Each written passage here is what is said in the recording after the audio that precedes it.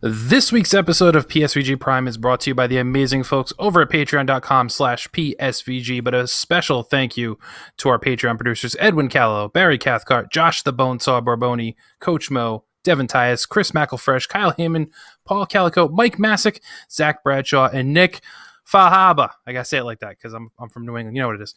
So thank you to those guys, but thank you to everybody who supports us over on Patreon, of course. Now, if you didn't know, for just this right here, we're on Twitch, so I'm gonna do a live joke. So if you're listening, you should be on twitch.tv/PSVG. For this many dollars, this is less than I throw at Lucas every PSVG Prime show as he dances for me. You get access to the PSVG DLC feed, which features special episodes of PSVG DLC.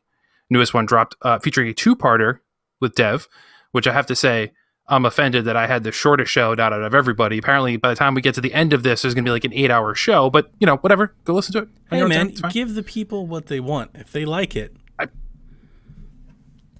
Sure, I guess. If you say so. But you also get bored with everything. Lots of great shows and content being dropped, multiple times a week for our Patreon supporters over there. So if you are interested in helping support us and get more of that great PSVG content, because you just can't get enough. The other 7 shows a week we put out is clearly not enough. You need another 5 to go with it. Head on over to patreon.com/PSVG. But now, on to this week's episode. Hello, everyone. Welcome to PSVG Prime, the flagship show of the PSVG Podcast Network and the only gaming podcast confirmed to have shot first. It is I, your host, the Han Solo of PSVG, Kevin Austin. And of course, with me, Han Solo never leaves without his Wookiee, Mr. Lucas Rose. I'm so happy you could do that. That worked out well. Sometimes I do that and then I just go like that and it doesn't. Like you're yawning? Doesn't, Yeah. But I tried it and it worked. And I'm happy for it. Now, we have a third. So you can't have Star Wars without your Princess Leia in a gold bikini. But since we couldn't do that, we have the boss man, Donnie Reese, on the show. How are we doing? Greetings, Kooblings. What's going on, gentlemen? I'm glad you changed out of the gold bikini before we went live. When you said you wanted to do the show live and you showed up like that, I was greatly disturbed, I will say. You didn't think it looked well? I don't think we're ready for that stage. We don't have the explicit tag marked off, so I'm a little hesitant, in case there's kids watching. Or Sean Capri. We don't want to, For the record, I voted you keep it, so. Save it for the house party? Yes. Now we're talking. That's a much, much better cool idea. sign. I'm excited to. I'm going on board with everything this week, and I'm for the first time for me going on. I'm actually going on because I have something I want to talk to them about. Not because you were forced to. Well, no, not forced. For the first time, I have a reason to want to go on the show. Like the 2 times I've been on, they were like, "Hey, like if you can make it," and I was like, "Sure," and they're like, "Do you have a topic?" I'm like, no, I don't know," and I always struggle with that. Like somebody's like, "Hey, just find something to talk about," and you'd think it'd be so easy. Yeah. Grab anything out of the air, and it's like, I don't know. But actually, I've been saving this one for a bit, and I'm really excited that nobody has kind of talked about it in Discord yet. I don't know how much anybody would actually do, like kind of what I've done, but I want to talk to them about something that I've watched. I'm excited to talk to them about it. Ooh, teasing content. Something you watched. Mm-hmm. Tiger King. Lion King. Ooh. I'm thinking about watching Tiger King again. That's how, like, bare bones quarantine has been, man. I've watched, like, all of my favorite movies. Like, I've watched everything. I'm just like, I guess we'll watch this again. I don't know what else to do now. I got to get to the movies I wanted to watch. Like I said, I was like, I'm going to buy Bad Boys 3. I'm going to buy Birds of Prey. Haven't done either yet. And then it actually required you to actually buy it. And you were like, no. No, I have the Amazon credits too. Like Bad Boys will be like $1 because I have so much of the Amazon, because I've been ordering from Amazon as everybody during this. And I'm saying no rush. So they keep giving me digital credits. So I keep just accumulating more and more funds that are just dollars off digital content. So I'm like, by the time I go to rent this thing, it's like $1. So I'm like, I don't own it. It's not even a rental, so I could rent it for cheaper. But I feel the opposite, and I'm going to save it for Board with Everything. But I feel like a Lucas Rose over here. I have just been crushing movies after movies after movies, left, right, just all for weeks now. So, but are you watching the same level of stuff as Bad Boys? Lucas is watching. Oh, no, Lucas is watching, not as Bad Boys. Anything from the Criterion Collection? What? The Criterion Collection. Exactly. Yeah, which is? I'm leaving. Fair enough. So instead of movies, let's talk about stuff we do know that everybody knows. Let's talk about games, guys. That's what we're here to do. Games. Let's jump right into what we've been playing. Video games. Video games. So let's start off with one I know all three of us have been playing, so we can kind of talk about that, get it out of the way. Streets of Rage 4. It's amazing. It's baby. Good. It's good. Yeah. I beat it, and I should have just crushed it in the whole session sitting down. I literally played for 2 hours or an hour and a half, hour and 45 minutes, and then I put it down. The next morning I got up and I beat the last level, not realizing it was going to be the last level. So crushed it, and I've gone back and done a couple stages here and there. I will say it's really good. Have you done the battle mode? No, I haven't done the battle mode yet. Oh, neither have I. I want to know kind of what that was. I guess you just like fight each other. I think it's just I know it's a versus mode, but link up with somebody online. It looked like the Double Dragon battle mode kind of. Mm-hmm. Yeah. I will say it's good. It's Streets of Rage. Like, there's nothing wrong with that. There's nothing. It's not better than Streets of Rage. It's but that's not a good worse thing. than every other Streets of Rage. It's Streets of Rage, right? That's what it's called. That's supposed to be. I am extremely disappointed. I can't unlock the kangaroo. Yeah, I saw him. I saw him, and I was like, "Oh, he's got to be unlockable." And I looked up. He's not unlockable. Yeah. What was his name? Jack, I think. Right? Yeah. Yes. Yeah. The boxing kangaroo. But yeah, I crushed it. I enjoyed it. It's great. I'm glad it was on Game Pass. Sure. Because it's such a quick knock it out. Like, there's nothing wrong with it, but how much is it if you buy it? $25. 25? I don't know. I know you hate it when I talk prices, but it's like I don't hate it when you talk prices. And I crushed it in 2 hours. I don't understand why I get saddled with that. I don't hate it when I talk prices all the time. I think it's okay. I hate it when game reviews like take a stance that they won't talk about prices, like it should be thrown out or something. That doesn't make any sense. You would never review any product without talking about how much it costs. Like it's like it really, really kind of throws me off in that. I feel like if I was going to buy it for $25, I'd just go all out and get the physical version. I thought about it. Like, I saw the limited run, like the collector's edition stuff, and you get a steel book, you get a Genesis case, you get a statue. I was like, that's pretty awesome. How much is that running for? It's 100. 100. But yeah, they're not out yet though either, too, right? Like they're delayed because of the whole. Yeah, I saw somebody comment on how much. Itself, just the copy of the game, I think it's 40. I want to say 30 or 40. And then, but you can get it like Switch, Xbox. You can get a physical copy. It was great. It was very good. Like I had a lot of fun. Brought me right back, and I had recently played due to some hacking of the SNES Classic. Like I went and replayed like all the final fights, all that kind of stuff with my brother-in-law. So like we kind of crushed those, and it was like it brought me right back to doing that. I told him, I was like, "Hey, you got to download some Game Pass. Let's play it co-op and go through it, or come over and play it. Like we got to do this and play it again." So I'm waiting for him to do that, but. Yeah, it was good. I mean, it's Streets of Rage. Like, you don't get a great story out of it. You're not expecting it. It's just a great, solid beat 'em up, punch 'em up with some infuriating characters in the game that, like, you're like, I'm able to crush all these people, but these darn girls that jump and drop kick, they get me every darn time. Like, I don't understand what it is. They're super annoying. But yeah, it's a great game. If you have Game Pass, no brainer, download it, play it if you like any sort of nostalgia trip. Soundtrack was really good. Yeah. The soundtrack is pretty epic. That was my biggest worry, honestly. And you can switch it to the retro soundtrack too. If for some reason you don't like it, in the settings you can actually put on the retro soundtrack, so you got all the old jams are in there. Yeah, which is cool. I played with Jack and took some pictures, and we played over 2 days together, and we had a great time. I'm gonna double dip on it. I'm gonna get it on Switch too.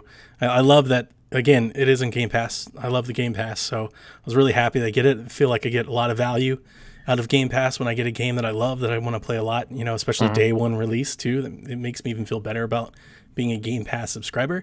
And really all that does is it empowers me, having it on Xbox, to wait and get it on Switch when it's on sale. And I can just pick it up, because it'll go on sale for like $7 or $8 at some point, Black Friday or something like that. And I'll just pick up another copy that way as well, because I think on the portable, it's going to look. I mean, Digital Foundry has already pointed out it looks fantastic on Switch. Yeah, there's no resolution drop, there's no frame drop. It's a perfect port to Switch. So it's not. You're not losing anything by picking it up over there. And I love Streets of Rage, always have. This is just kind of mindless, fun video game. I love the music; it's always a big part of it. I love the neon. I really love the art style on this new one. I like how everything's done, like this comic stuff. I was thinking, I wish, I don't want to say voice acting, but I wish the comic panels were maybe narrated. It would have been nice to have something, besides just the text boxes with with Tex, but to be honest with you, we didn't care. We had a lot of fun. It's probably the first game I ever played and beat with my son as a co-op, and I had a lot of fun doing it. And I was really, really excited that he really liked it. He's never played Streets of Rage, and everything he does is all Battle Royale. That's like all he does. Fortnite, Warzone, Apex. God, who does that stuff? That's his gaming repertoire over the past in Minecraft. Battle Royale and Minecraft, that's what he plays. And I honestly wasn't sure if he'd even be into it. I was like, I don't know. And there were times he was stressed, man.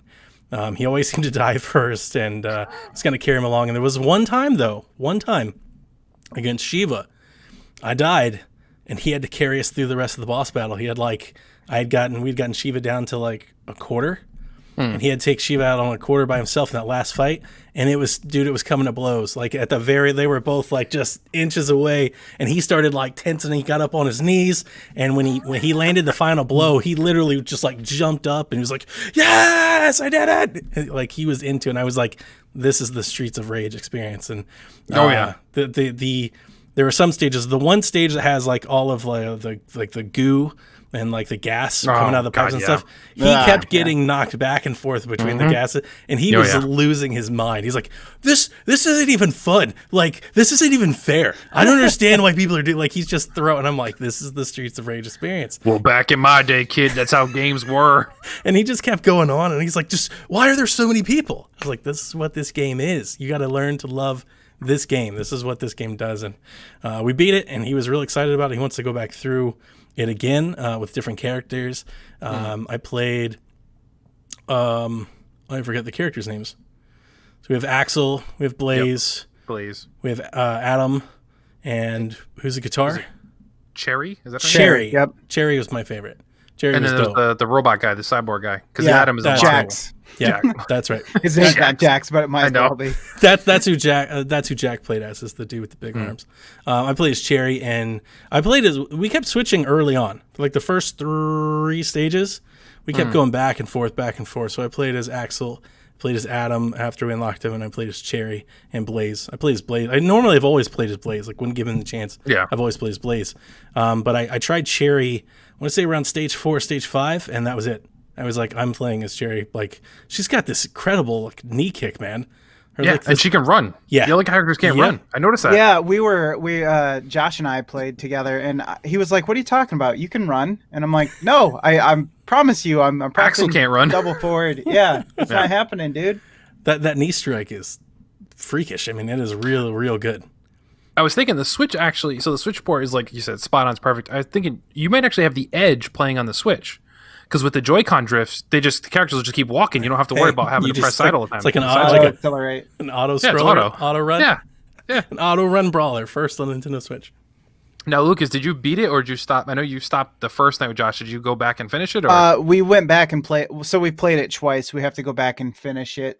But we've got almost to the end. I think we're like 3 stages or 2 stages away from the end, something like that. So we've played a pretty good chunk of it. And one of the things that I was happy to see was, one, you can change your character, which is nice, but you can turn off friendly hit, which is like the best ever, because that would have been awful if you couldn't. I couldn't even. There's so many times where we were playing and I'm like, wow, if friendly hit was on right now, this would be terrible. Forget it.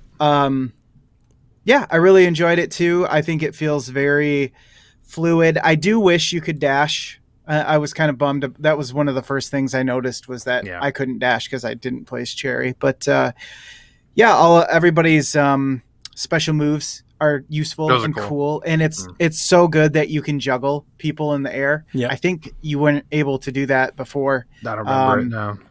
But it makes it feel, since your moves are fairly limited, I mean, you just have, combo XXX or whatever, and then your couple of special attacks, like the I know Blaze has that forward kick. Yeah, it's almost like the Sonic kick. Adam does like this giant big boot, man. He like holds that special, and he just kicks the piss out of people. It's hilarious. Nice.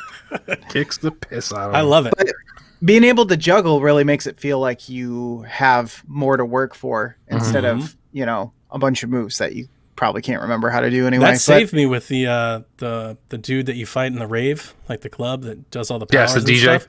Yep. I jumped on top of him, and just kept down hitting him, and just like a Shovel Knight, or like like a DuckTales, just started beating the snot out of him that way because he was he tore Jack to pieces. Jack, because I was like, look, okay, that was a tough one. I was like, you have to dodge the attacks. Jack's just like running right at him, just constantly. I'm like, stop. This is why I wanna just try that. But yeah, I only played as Blaze and the arms guy, and I liked them both, but I think I prefer Blaze. I will say I think it might be slightly easier than the originals. I mean, I guess that's not to be too surprising, but I remember dying a lot more in Streets of Rage 2 specifically. But other than that, yeah. The only frustrating thing is so you're on a 2D plane and you can go up and down a little bit. Every once in a while, I think I'm going to hit somebody and I don't. Like I'm just whipping because I feel like I'm on the same, right across height from them, but I'm not. Yeah, exactly. Height. So other than that, it's a great game. That happened to me a lot with the bosses. Like you try and get close to the boss, but not too close because they'll do like the snake lady with the electric attacks when you fight the two of them. Like you got to get close to them, but you don't want to be in that exact planes. You got to try and come up. And I kept thinking I would hit him and I'd miss him a few times and kind of run into that. I replayed 2 like a couple years ago. I have the 3D version on 3DS, which I've often recommended as one of the better classics that you can get on 3DS. I forgot they did that. It's really, really good. It's like, it's way better. They did a bunch of them. I really like Excite Bike. I always think that was a really great 3D one. But like they did Kirby, Dreamland, and I think they did like Sonic, of course. But Streets of Rage in 3D is actually quite fantastic, I think, on the 3DS.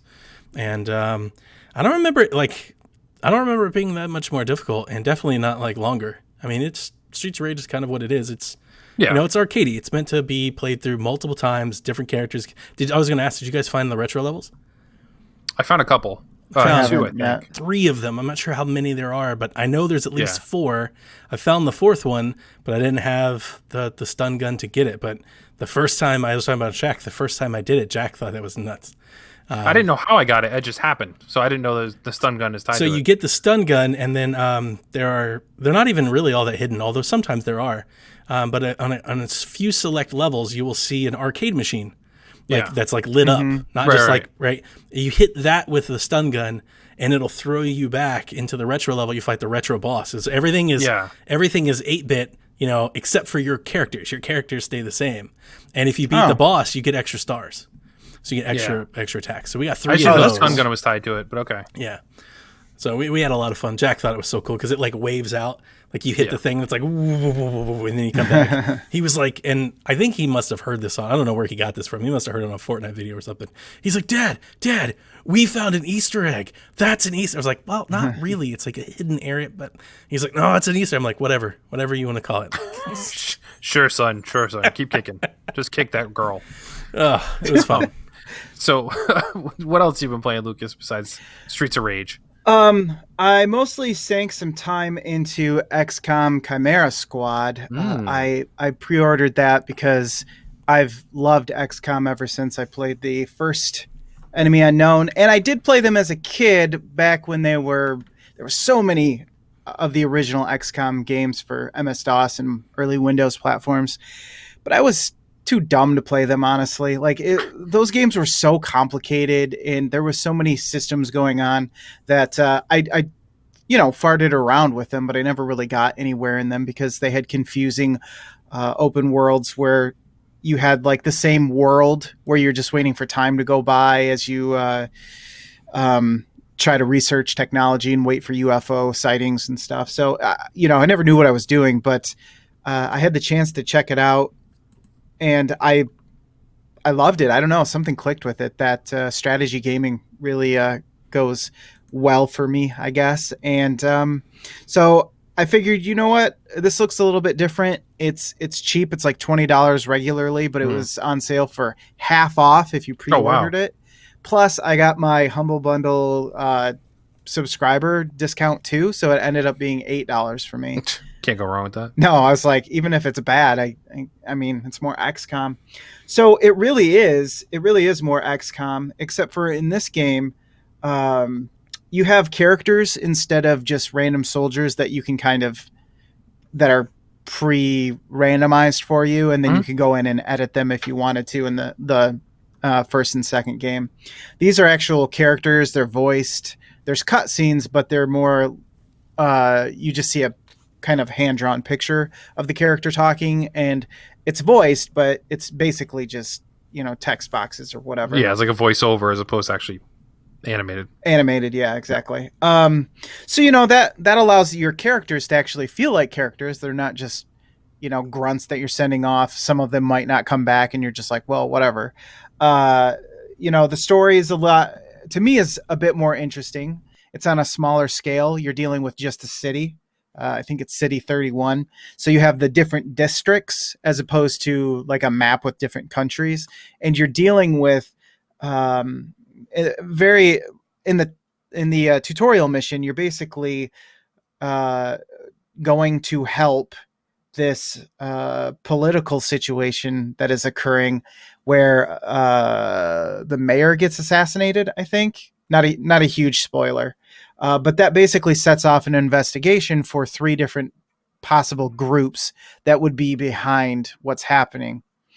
So that's kind of what this newly formed Chimera Squad is doing, trying to figure out what's going on in the city. Why was this person assassinated? Let's get to the bottom of it. You choose one of the 3, and there you go. You start investigating what their deal is.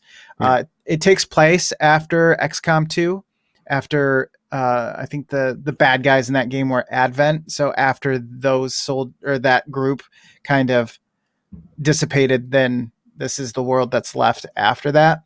So you have aliens as characters that will play, that you can add to your squad, and also the Advent soldiers, which I'm not really sure what's going on there, but they're clearly not human or something. They look slightly different, but that's okay. We don't mind that. Just assume their race. Yeah, exactly. But the biggest change for Chimera is the whole game obviously plays out just like XCOM does in the tactical sense. You still pretty much the controls are ripped right from XCOM 2. However, the biggest difference is that they added in this breach mode where on the map you will set up and do like a SWAT tactical team breach. And you come out butt first. If you're lucky. Sometimes you come out and there's an umbrella cord wrapped around your neck.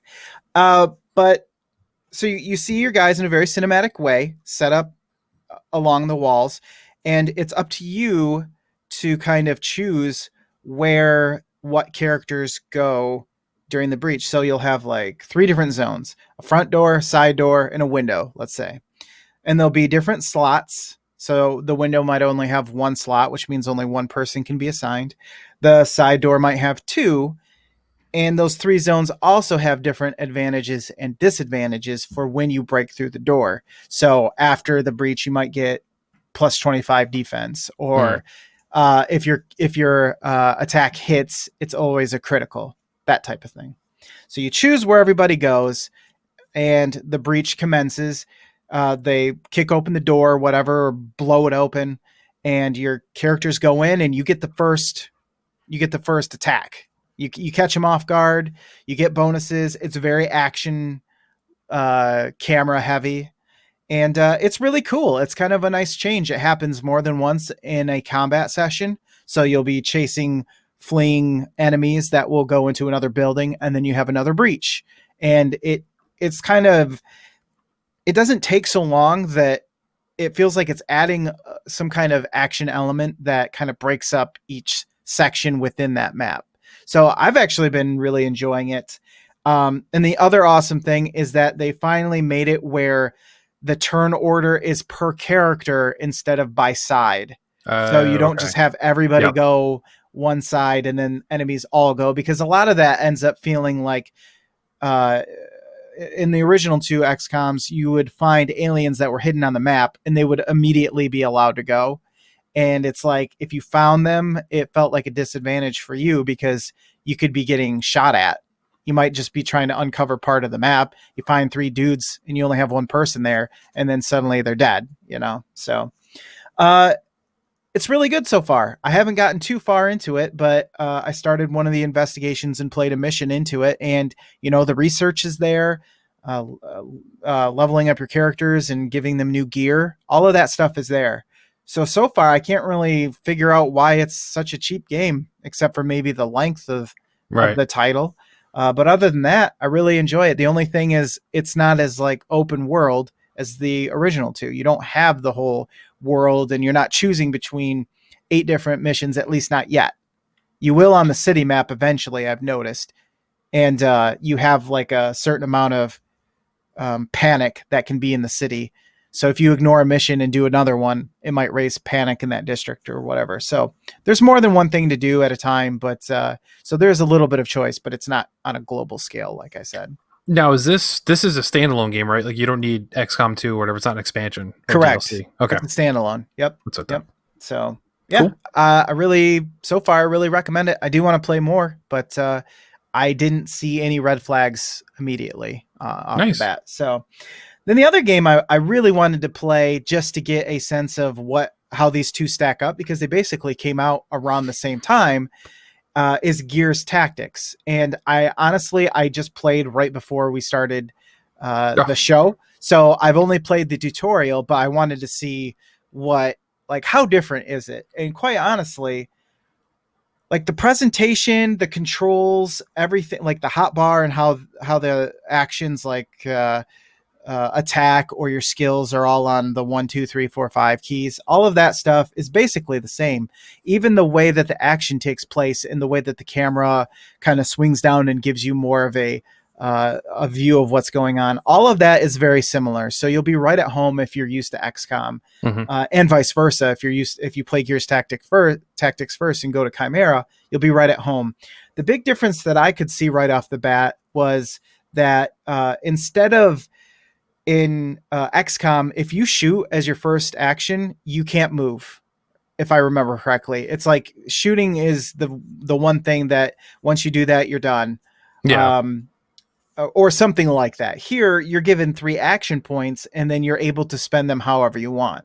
So you could shoot first, then move, then use a skill, or you could move 2 spaces, but 2 lengths. Move twice, yeah. Yeah, and then shoot or use a skill, that type of thing. So it doesn't seem like the order matters. It's just, here's your 3 action points, and then you do whatever you do with them. So it looks pretty promising. Obviously, the presentation is very good. That good, because it's a Gears game, and it seems like it will be more cinematic, more cutscenes, that type of thing. Right. But overall, I mean, I will be playing them both. I don't know what order I'll be playing them in, but they're almost interchangeable, kind of. Like either one I can recommend if you like this type of game. They both seem really good.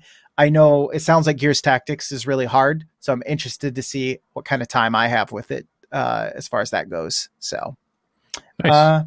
That's everything. Cool. Now, Donnie, did you try out Gears Tactics yet? Yeah. I played the first 4 chapters. Yeah. I think I spent some time with it over a couple of days, and I stopped it to play The Last of Us.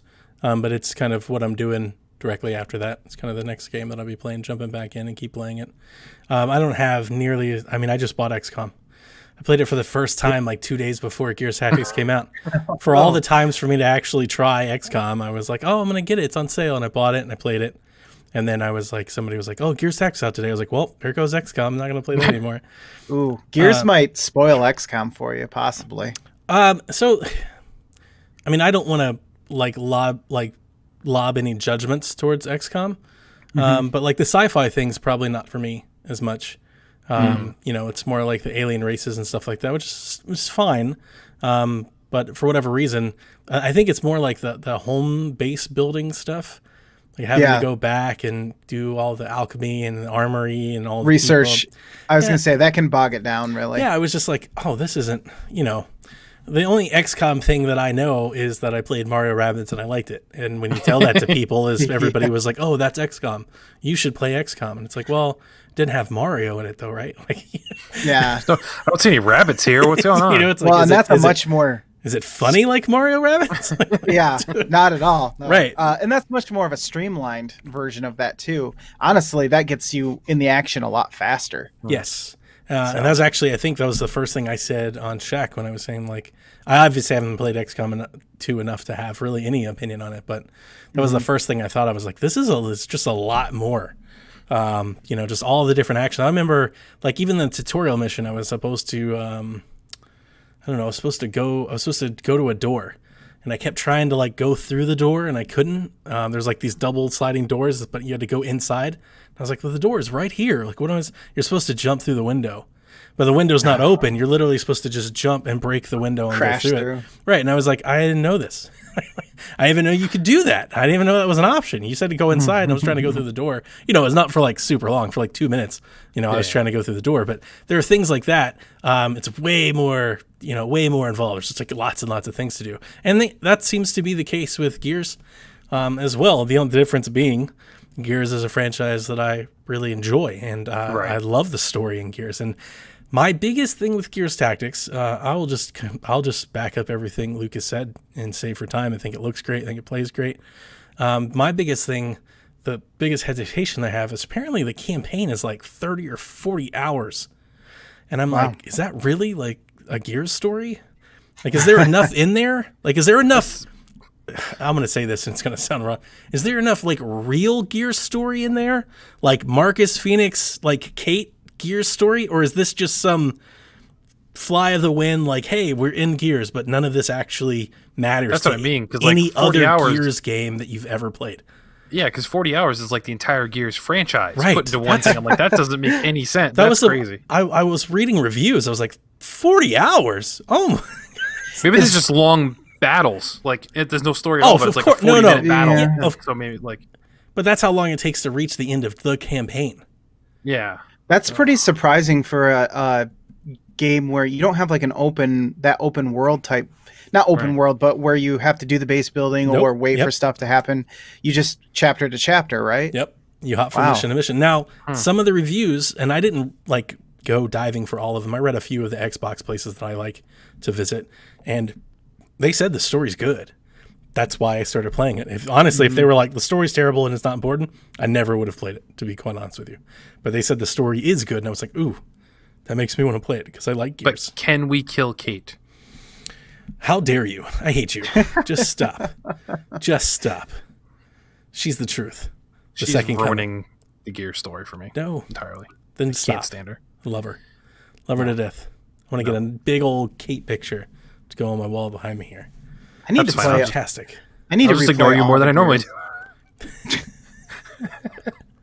I mean, I've played Gears for a very long time, and I play it for the story. I don't play it for online, and I don't play it for Horde. I play it strictly for the story. So same. The fact that this is story heavy, and there are cutscenes between, or at least so far that I've seen, there are cutscenes between and after every battle. So it's like it very much has that like do the battle, go forward. And cool. I'm really impressed with how Gearsy it feels. I'm not an XCOM like truther, but XCOM didn't feel like it, when the actions happen, it feels like Gears. Like when you cut somebody in half with your chainsaw, it feels like you're playing Gears. It's not the translation from shooter to tactics feels at home with the IP. This might be saying a whole lot because I've only played it for 4 chapters, but I wouldn't be upset if like they alternated. I wouldn't be upset if the Gears franchise going forward had Gears the shooter and then Gears the tactics game. No different than like Halo the shooter and Halo Wars. Like I'd be very happy to have kind of a side story franchise to follow along with. The issue I think with that is that the developer that made this, like Microsoft, doesn't own them. I know that they, well, that's true, but I know that they just announced that they're doing like a shooter for Stadia. So like they're very kind of on the market. So that doesn't mean that you couldn't, use somebody else to complete the formula, but it'll feel different if you do it anyway, they did a really good job. So if you want more of what they've done, apparently, I'm saying they did a really good job based off the reception. The reception is that they did a really good job with this. So you would want to maybe keep that going if you could. But, like Ori, maybe they can just keep paying them to do it. Just like, hey, they don't own them either. They don't own Moon. And, so I don't know if we'll ever have another Ori. But, I've liked what I've played so far. I'm eager to play more. I don't know if I've got 40 hours of tactics game in me, says the Fire Emblem fan who played. You can't romance your professors, though, in Gears. That's a whole different thing. Point? Right, yeah. Like, what's the point? No tea time. Yeah, I'm excited to play it once it hits console. I'm not going to play it on PC, but I did because you guys are talking about it, I also bought XCOM 2 because Nice. I did the Humble bundle. I bought the bundle, the COVID-19 bundle, and they give you a free month of Humble monthly that you can pick. And I just had to use it by June. So I could have used it last month, and I saw like the games for last month, and I was like, no. And then Josh tagged me in like this month's one, and I was like, ooh, Jurassic Park, XCOM. All right, let's go. I'd rather play these ones on PC. So I bought that one too. So I own XCOM 2 and some of the DLC as well. Nice. So nice. I am jumping into that hopefully this week. Some of that DLC, I'm actually looking forward to going back to XCOM 2 because I know it really changes. It basically adds specific alien like warlord captain people that roam around and bring up certain missions where you have to like hunt them down and stuff. So it gives you a whole nother like objective, I guess. Nice. I am playing Gears Tactics on Ultra and playing on the Ultra Wide, and it's really nice. Like I was sitting here playing, and I was like, "This is kind of cool" because I can see like this whole map and stuff. Like this is nice. You should play these types of games like that. What else are you playing besides that and Last of Us? Anything else? Played through The Last of Us. Went right back through it. With the delay of the game and Xenoblade, like I'm already going to be on a short time to try and play any of Xenoblade. Like there's no way I beat Xenoblade before Last of Us 2 comes out. Not a chance. So good news is you already beat Xenoblade, so we can wait. That's true. That's true. I probably wasn't going to beat Xenoblade anyway. Regardless. Yeah, okay. I wasn't even making that joke. But I don't even know if I was going to make it all the way to the end of this one. I will say though, I did see like, I don't know if it's like leaked footage or like early preview footage, but there was a Nintendo channel on YouTube that has like some gameplay footage. Game looks fantastic.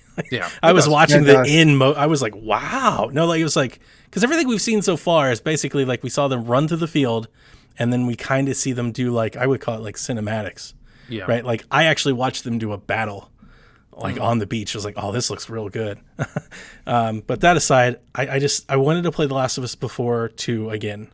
It'd been a little bit. I think it'd been since Josh was about to play it. So it was like maybe like early fall, like September, August. Yeah.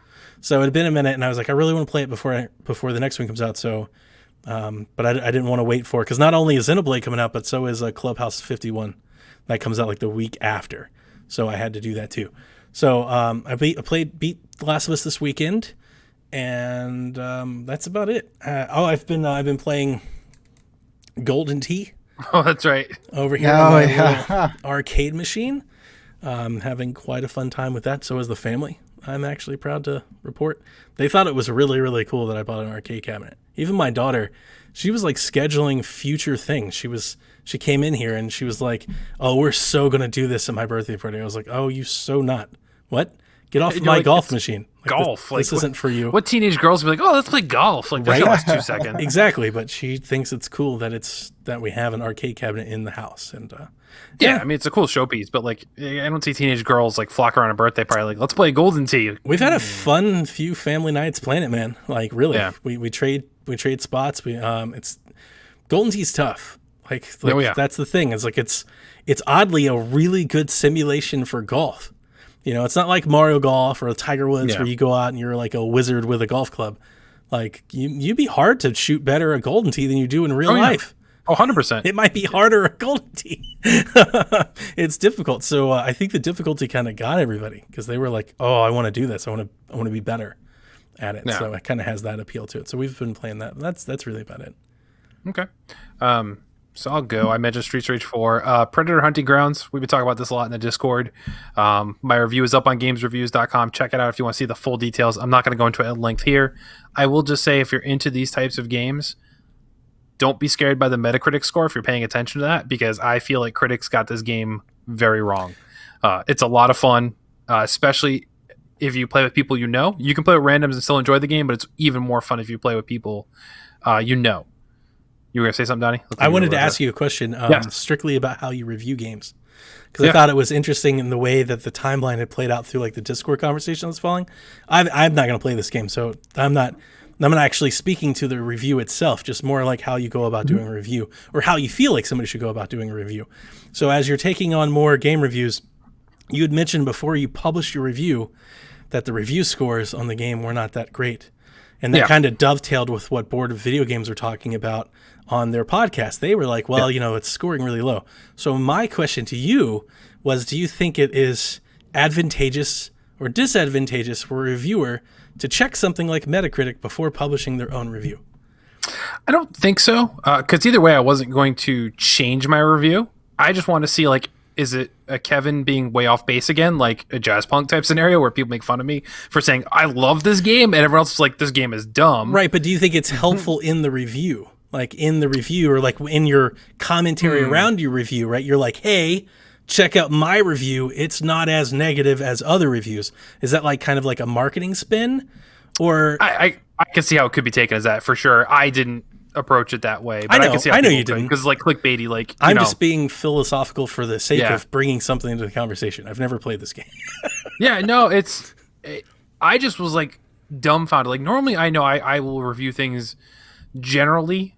I'll like things a little bit better than the like Metacritic score or like the mainstream press is, but this one it was just so far off. Like that's why I made the point of saying like, hey, I think they got this wrong because it was way off. Like Metacritic's like 57 on this game right now. It is not a 57. There's not a lot of games that get 5s. Like we've talked a long time about how we're actually. I don't know how the meta fall or meta spring, whatever Board of Video Games is doing, but actually, you know what I did for this round? Because I won the last one, so I didn't want to do the same thing. This time I told Kyle, I said, what I'm going to do is every game that you put on the list, I averaged out the average Metacritic score from every one of those companies, and I posted those. I just wanted to see how different it would be. That's true. That's a good play. I was like, I don't think it's going to work because the amount of games is so few. There's only like 5, like what do we do? Like 5, 10, something like that. Yeah. But if you had to do this like over the course of a year, so like I know that they have like that fantasy league thing that's going around. That's like, podcasts are doing where they're predicting the scores. You could, I think this is actually somewhat not like scientific because it's all opinion, but I actually think that people have been like conditioned to do this for so many years. I think you could somewhat accurately predict how games would trend for the most part. Right, there would always be the exceptions on either or, but I think for the majority, I mean, so many reviews, especially like what I call like popular games, which is maybe not the right word. What's the right word? Like if you threw out like lesser known indies, things that people don't cover. Oh yeah. Right, just the mainstream games. Yep. If you just took those, the AAA publisher games and their sequels, if you just took those.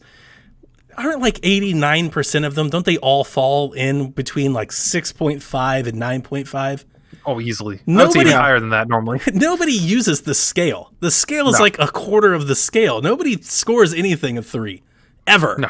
So you can just throw it out. So with that in mind, like I was even telling Kyle, I was like, I think you could actually come to like, what I wanted to do is I wanted to get an entire year's worth of Metacritic scores and just pull the average and submit that for everything. And be like, would this work? Could I just submit like a very scientific, like 83 just and say a half? 80%. Just say 80% for every single game, and you'll probably win. See how close I get, because I think there's some analytical data to support that type of method. I agree. I just thought it was interesting. Yeah. But yeah, so Predator. If you like Predator, they do a good job of capturing the actual character of Predator when you're playing as him. Between having like the heat vision to be able to see the people throughout the jungle. All the gadget stuff he gets, like the net gun, the sword. Nice. You can even have like so one of the big things with Predator is the sound. Like we're seeing that a lot in these first person shooter games, whether it's battle royale. Like you listen to find out where players are. The Predator obviously makes that distinct clicky noise. That because you can cloak yourself. Wait, what was that again? I can't do it again. Aww. I don't know. It's close. That's pretty good. So you're up in the Predator will stay in the trees like for a large portion of the game to kind of creep around because he can kind of leap from tree to tree and traverse the ground a lot quicker than you, being the fire team on the ground. So you kind of listen to see if you hear the trees rattling or you hear his clicky noise. But he also has devices he can plant just to make those noises elsewhere and then like go away and like you still think he's there and he's not. But like so he has the heat vision, but you as the fire team counteract that by covering yourself with mud. Mm-hmm. So you actually don't show up in the scanners when he's doing that. So it's just very cool how they kind of tackle the Predator as a character. And is the Predator always cloaked? No. Okay, no, so you have a certain amount of time you can be cloaked. You have like an energy meter thing that you can use the cloaking for. Same thing with the heat vision. You can't stay in that the whole game and just run like that. And when he's cloaked, you can still see things like you'll see distortion. Sure. Like in the trees, you'll see the tree branches move, so you know he's up there, so start shooting at him. And once you hit him, that green blood drips and you can follow the trail from there track him until he's able to hear and kind of get away. You can follow the paths if you want to go get him. But the Predator is not easy to take out. Like, that's the big thing there. And I mean, you get a bunch of NPC characters, you can mow them down. You saw I did a post the other day, I had like 35 kills as a fire team member, which is just, I've never seen anything like that high. It was insane. But if you try and go toe to toe with the Predator, like one-on-one, you will never win. Like, the Predator will smoke you. He can just handle way more damage. If he gets in close on you, forget it. So you got to really stick together as a team, or at least, maybe send one person out to be like a decoy, and then everybody else bombards the Predator when he tries to pounce on you. But it's a lot of fun. I will say, I think the critics got it wrong. The game runs just fine. Graphically, it's not the best. It's like a mid-generation style game. Like, we're seeing much prettier games now, sure. But for what it is and being an online game, I think it's fine, because you can tell they probably scaled down the graphics so that it runs well, because that's the one thing I will say, it does run very well. I didn't really get any frame drops. I didn't get any lags. I didn't get any weird, you're in a jungle. So think of like Legend of Zelda when you go into Twilight Forest or whatever, you go to get the Master Sword, and like the game would shut down because of the amount of stuff going on. Like, the entire jungle is that. Like, it's just constant shading. The leaves are moving. There's sun rays, certain shady spots. Like, things are just constantly moving. So the game runs well without stopping, no frame drops, stuff like that. It runs fundamentally very well. Soundtrack is awesome. The sound quality is really good. It's just, it's a gameplay loop. It's a $40 game, which I think is the right spot. If it was a $60 game, I'd probably be like, well, there's not much meat here. Because you're just kind of playing the same 3 or 4 maps, and you have these different objectives you can play in. So it does get repetitive as you play. And it's completely multiplayer.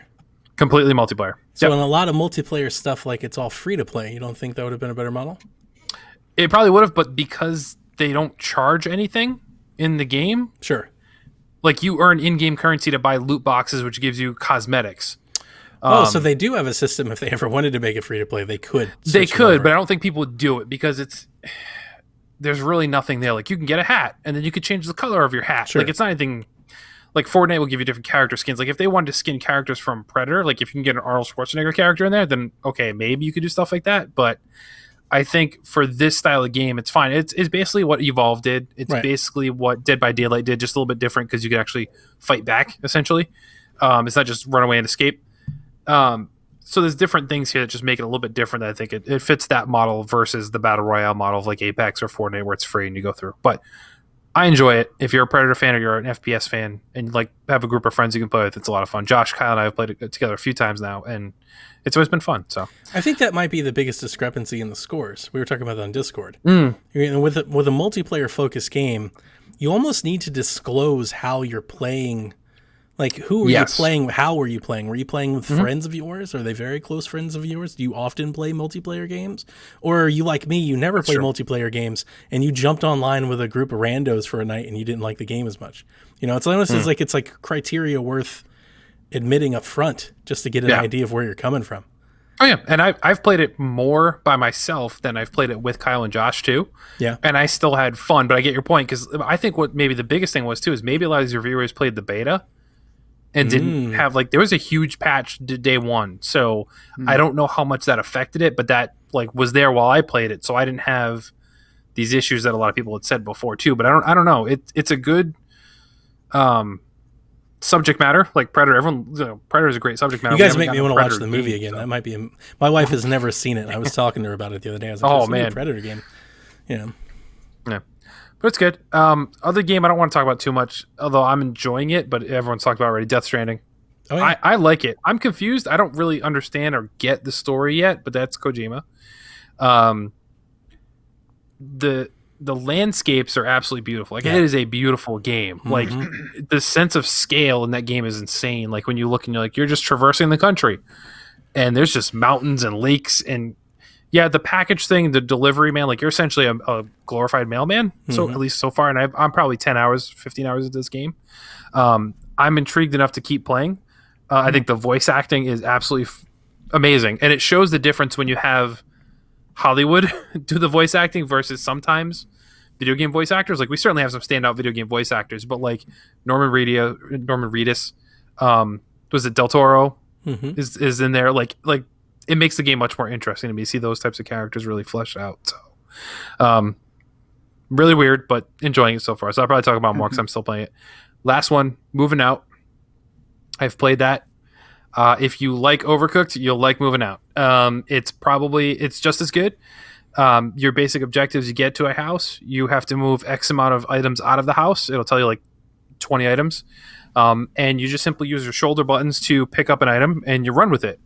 And you can chuck them if you're close enough. If it's a light enough item, you can't throw like a refrigerator, but if it's just a box, you can chuck it. But it's not removing everything from the house. It's only certain objects, and it'll highlight it if you press a button to show like, oh, you got to move this lamp and that chair and this sofa and move it out. And then certain items are too heavy for one person to move, so you need two people, and you kind of have to navigate it through door frames and stuff like that. It's just as chaotic as Overcooked, but not as frustrating. I'm finding like me and my wife aren't yelling at each other about it. Like we're having fun and just going through it. The one thing I will say though is as you play the level one, like you play a level once, it says, okay, move these 20 items out of the house. You do that. It then unlocks 3 other objectives you could have done in addition to, which some of them are balls hard. Like a lot of them will have one saying, don't break any windows. That is nearly impossible in some of these stages. Like there's one in an office building. It's supposed to be like it's Atari, but it's Atari because it's a haunted office building, but they're clearly making fun of Atari.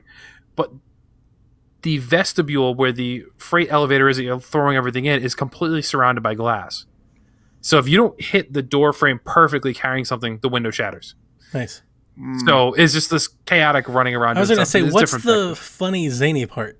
I know it's there because I've seen but what the humor, it's written pretty funny. It's written pretty funny. Like you're a moving company, but like it doesn't matter what you do. Like you break every window in the house. You can jump off the second floor, launch a chair into the truck. Doesn't matter. Like you don't have to be careful with your goods. Sure. So that's kind of the funny chaotic thing. The characters are kind of ridiculous. Everything from like a lizard to a toaster. I unlocked a large chicken. So it's kind of just that kind of zany funniness that Overcooked has. Really sounds just like Good Job. That's the exact same thing. You're just completing these tasks. You can do it however you want, and it's at least with Good Job. I'm not saying I haven't played Moving Out yet, but with Good Job, it was really really fun for like 4 or 5 floors, and started like after a couple hours. I was like, I mean, I can only slingshot so many people in an office chair, before it starts to wear. It's like okay. Yeah. At least they give you a different variety moving out of the different houses. Like everything's a different type of thing. So you have some that have like elevators, some that like there's one that's in like a snowy Alps, and you have like one long staircase you can go up and it takes you a little bit longer, or you can try and walk uphill in the snow, which you'll slide down if you don't hit it right and stuff like that. So it gives you different options how to tackle each stage. But I haven't found it to be repetitively boring yet. My wife and I played 2 sessions so far, and last night we had done some while drinking a lot. So that probably added some level of difficulty to it that we probably wouldn't have had otherwise.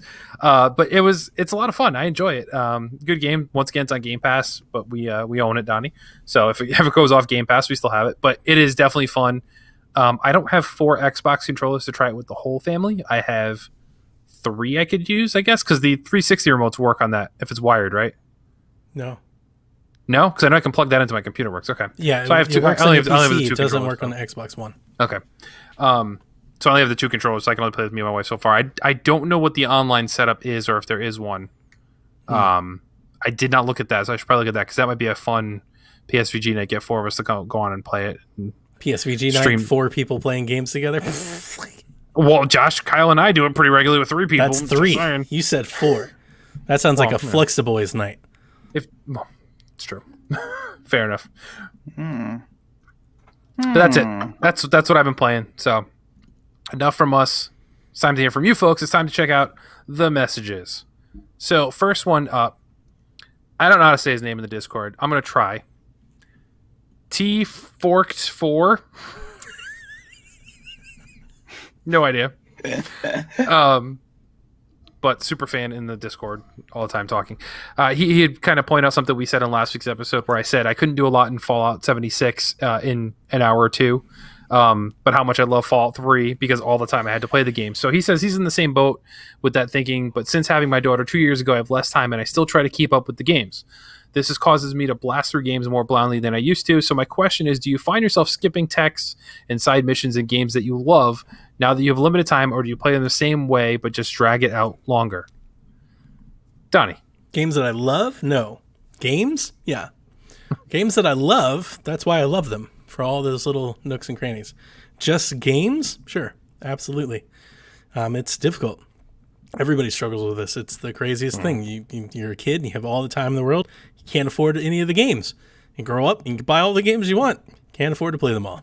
You're not going to roll credits on any of them. So Yeah, that's part of it. I think so. I try not to. Sure. Yeah. I mean, but I'm very much a narrative gamer. Like that's usually the main motivation as to why I play a video game, unless it's like a golf game. So, Story doesn't keep you in the golf game, right? So that's what I'm there for.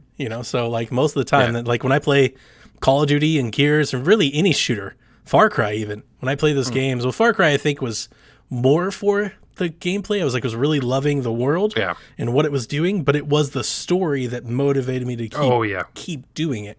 If the story 100%. had been awful, I would have quit. Like Wolfenstein, I was just like, no, I'm not going to do this anymore. I'm just going to do something else. Because at that point, I feel this way. I think this is quite often why I don't typically stick with most RPGs.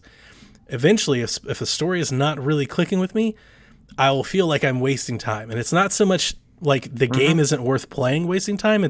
I think of it as this is time I could be spending advancing another game somewhere else. It's always like kind of like that. It's like a channel surfing type of mentality. I'm like, well, I'm not going to watch this thing I really don't care about because on the other channel there might be something really good. I can just go find that next good thing. Yeah, no, I'm with you. I'm kind of the same thing. Where if it's a game I really love, I will spend more time playing it. Which, in the same regard, it drives me nuts because I'm sitting there thinking, I'm like, I could be playing so many other games, but I really like this one. I'm just taking forever, and I think that's kind of a little bit what I'm doing with Death Stranding. Like I've put a good chunk, 10, 15 hours into this game, but I feel like I've done nothing because I keep going back and I'm doing like every little cycle. I was like, oh, this person said he needs this box. Sure, I'll carry this box 60 minutes to get to this location, have to just run half the time. Sure, why not? And I keep doing it. I don't know why. That's like, funny. Really I was the opposite. I was playing the game and I actually thought the story was quite interesting. I was like, oh, this is neat. I like what they're doing. But there's only so much bobbling and weaving back and forth, balancing. I was like, I'm not going to keep doing this. This is ridiculous. They're like, that game is interesting because I was like, why does walking in a game have to be hard? It's like, we know how to walking. It's like, I've never struggled walking. It's like, but you're not carrying 200 pounds on your back though either. Sure, but like, still, it's like, this is, I wish I could have turned it off. If I could have turned it off, I probably would have kept playing.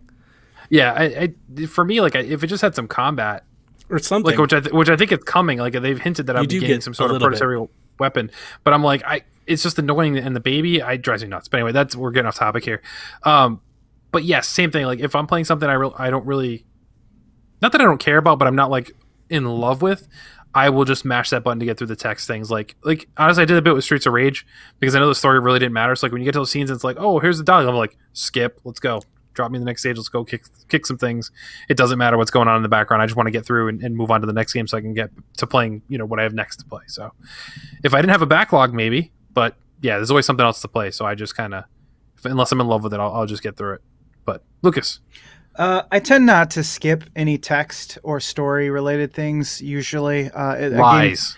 You said on Flux Depose, you're looking at your phone during cutscenes and Injustice. I heard it. That's not skipping though. But you're not. That's he's got you, Kevin. I still knew what was going on. I mean, it was very not overly complicated. Now, if I was doing that with Witcher 3 or something like that, then I would look up and be like, I have no idea what's going on right now. Where am I? But with side missions and collectibles and 100%ing the game, I've begun finding that much easier and easier to ignore because one, we don't have that much time as parents and adults, but two, I find that sometimes it brings the narrative for certain games to a grinding halt. Especially open world games where you can just kind of go and do activities or go and do side missions that are their own thing. That side mission might be really good, but then I find I'm not even completing the game at that point. I just spent 10 hours doing something else. And, I don't need to add more time to the game. I need to take more of that away so I can actually finish it and move on to the next thing. So I tend not to play games that I don't like, but I really am I feel like playing this right now. So it doesn't usually come up that I skip things because I'm usually playing something that I really feel like playing. So cool. Garrett asks, butter or margarine on toast? Butter. Lucas? Whatever. Either one. Whatever's at. That's not the question. If I had to choose butter, then yeah. See, I do margarine. I cook with butter, but I don't like it particularly much as spread. I don't know. I think I end up more with margarine just because It's easier to it spread. it seems like what we end up buying. Well, you know? that's true too. That's I don't live next to a creamery, whatever, or the Amish. Your own butter? No, well, not the kind I put on toast. Oh, heyo. So next question wasn't actually sent in, but this kind of came up as a subtopic in work, so I thought this was kind of fun to do. So kind of quick hits here. Sure. Which TV boss would you rather work for, Michael Scott or Ron Swanson? Ron Swanson. Ron Swanson. Yep. Okay.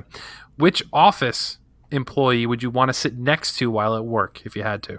So you're forced to. You can't choose not to. Jim. Ooh. Pam. Dwight. Because so if you like, I'm rewatching Office now, so this is good for me. Dwight doesn't antagonize other people for the most part. It's people starting with him, but he's just so ridiculous. I would find it amazing to sit next to him all day and just like listen to what he says. That I'd be like, my God, like how do you work here? But Doesn't he give them like 28-digit printer codes and he shoots a gun in the office and all kinds of things? Yeah, when he was the boss. I find that quite antagonizing. Shot at Andy, it's okay. Which doctor from Scrubs do you want in charge of your care if you had a medical emergency? I don't know them by name. You could describe him and I can tell you. The funny guy. With like the curly hair. Not the old Dr. guy. Cox? There you go. Okay. Me too, actually. What's Scrubs? I hate you so much, Lucas. Justice for Kate. I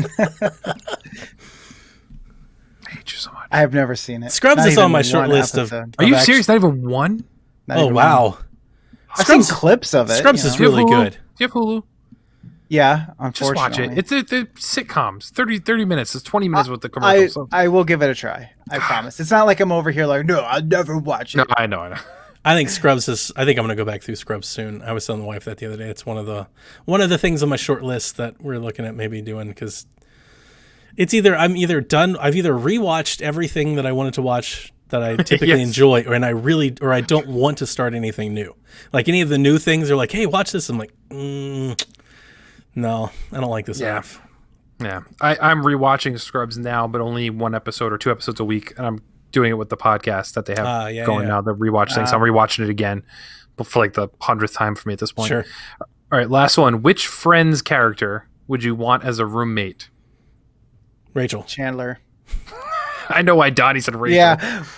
I side with Lucas. Chandler would be my roommate. Yeah, that's what I want. He'd be easy to like complain and make jokes with and just kind of get along. He doesn't cause any problems. Like, yeah, he could share his pain pills. Oh, too real. All right, last questions. And this is from Sir Nathan, who reached out to me. He actually wanted to. He asked to come on the show tonight, Donnie. About 2 hours after you asked. Oh, we could all done it. No, that would be a 14-hour show. We're not doing that. So he said he wanted to make sure that Star Wars was represented because this episode will come out on May the 4th. So he sent us some Star Wars related questions instead. So quick hits. Yippee. Best Star Wars game. Rogue Squadron. Knights of the Old Republic. Knights of the Republic for me too. Worst Star Wars game. Masters of Terras Kasi. Or Kasai. I don't know. What the heck is that? Are you serious? Yeah. PlayStation 1 era fighting game. Sure. That sounds terrible. That sounds awful. I mean, I don't know if any of the ones that I've played have been awful. I like all the Rogue Squadron games, so those are all great with me. Yeah, those are good games. The Last Jedi wasn't like, and that might be something I go back to at some point. Like, I wasn't digging it, but I'm not a huge Star Wars fan, but I would never say it's bad. The Force Unleashed, I loved, actually. I love those games. Force Unleashed, I like those too. So, I mean, I don't think I've played it. Like, Pod Racer, maybe, might be the worst one that I've played, but I mean, I wouldn't say it was bad. It wasn't, like, particularly great. Battlefront 2 wasn't great. I mean, still it looked just was good, more though. of the same. Yeah, it looks good, and it was competently made. It just was like I felt like we didn't even need another one. We still had the first remake of Battlefront. That's true. It just seemed like more of the same. Yeah. I would say it wasn't the worst, but it was the most unneeded. That's very fair. For me, was it Star Wars Jedi Starfighter? Oh yeah. And it wasn't because it wasn't like it was trying to be Rogue Squadron, but it wasn't good. No, PlayStation. Okay. That was it on was PlayStation. PS2, right? PS2, yeah. It was trying to be Rogue Squadron, but it wasn't as good. Like, so it wasn't the same. Dude, I would die for another. I'm not even like I don't even say I'm somebody that likes Star Wars. Like I've watched it, and I wouldn't call myself like a fan. And I would get really excited if they were like Rogue Squadron, like, because it's a good Star Fox. Like, that's all you really need to think as a Nintendo fan. You associate all good flying shooter games as Star Fox. So I'm totally with you. Like I would do the same thing. So much fun when you could like cable the thing and like bring them down and do all the different things and take out the towers and stuff. I was like, this is amazing. Absolutely. So best developer to use the Star Wars license. Whoever did a Rogue Squadron.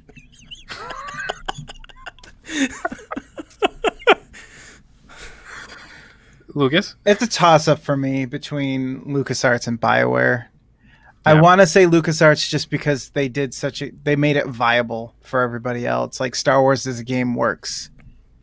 So I got to give it up to them, LucasArts. Okay. I'm going BioWare, but I'm with you. I respect your thing there. Developer you'd like to see handle the Star Wars license who hasn't yet? Oh, who hasn't yet? Dang it.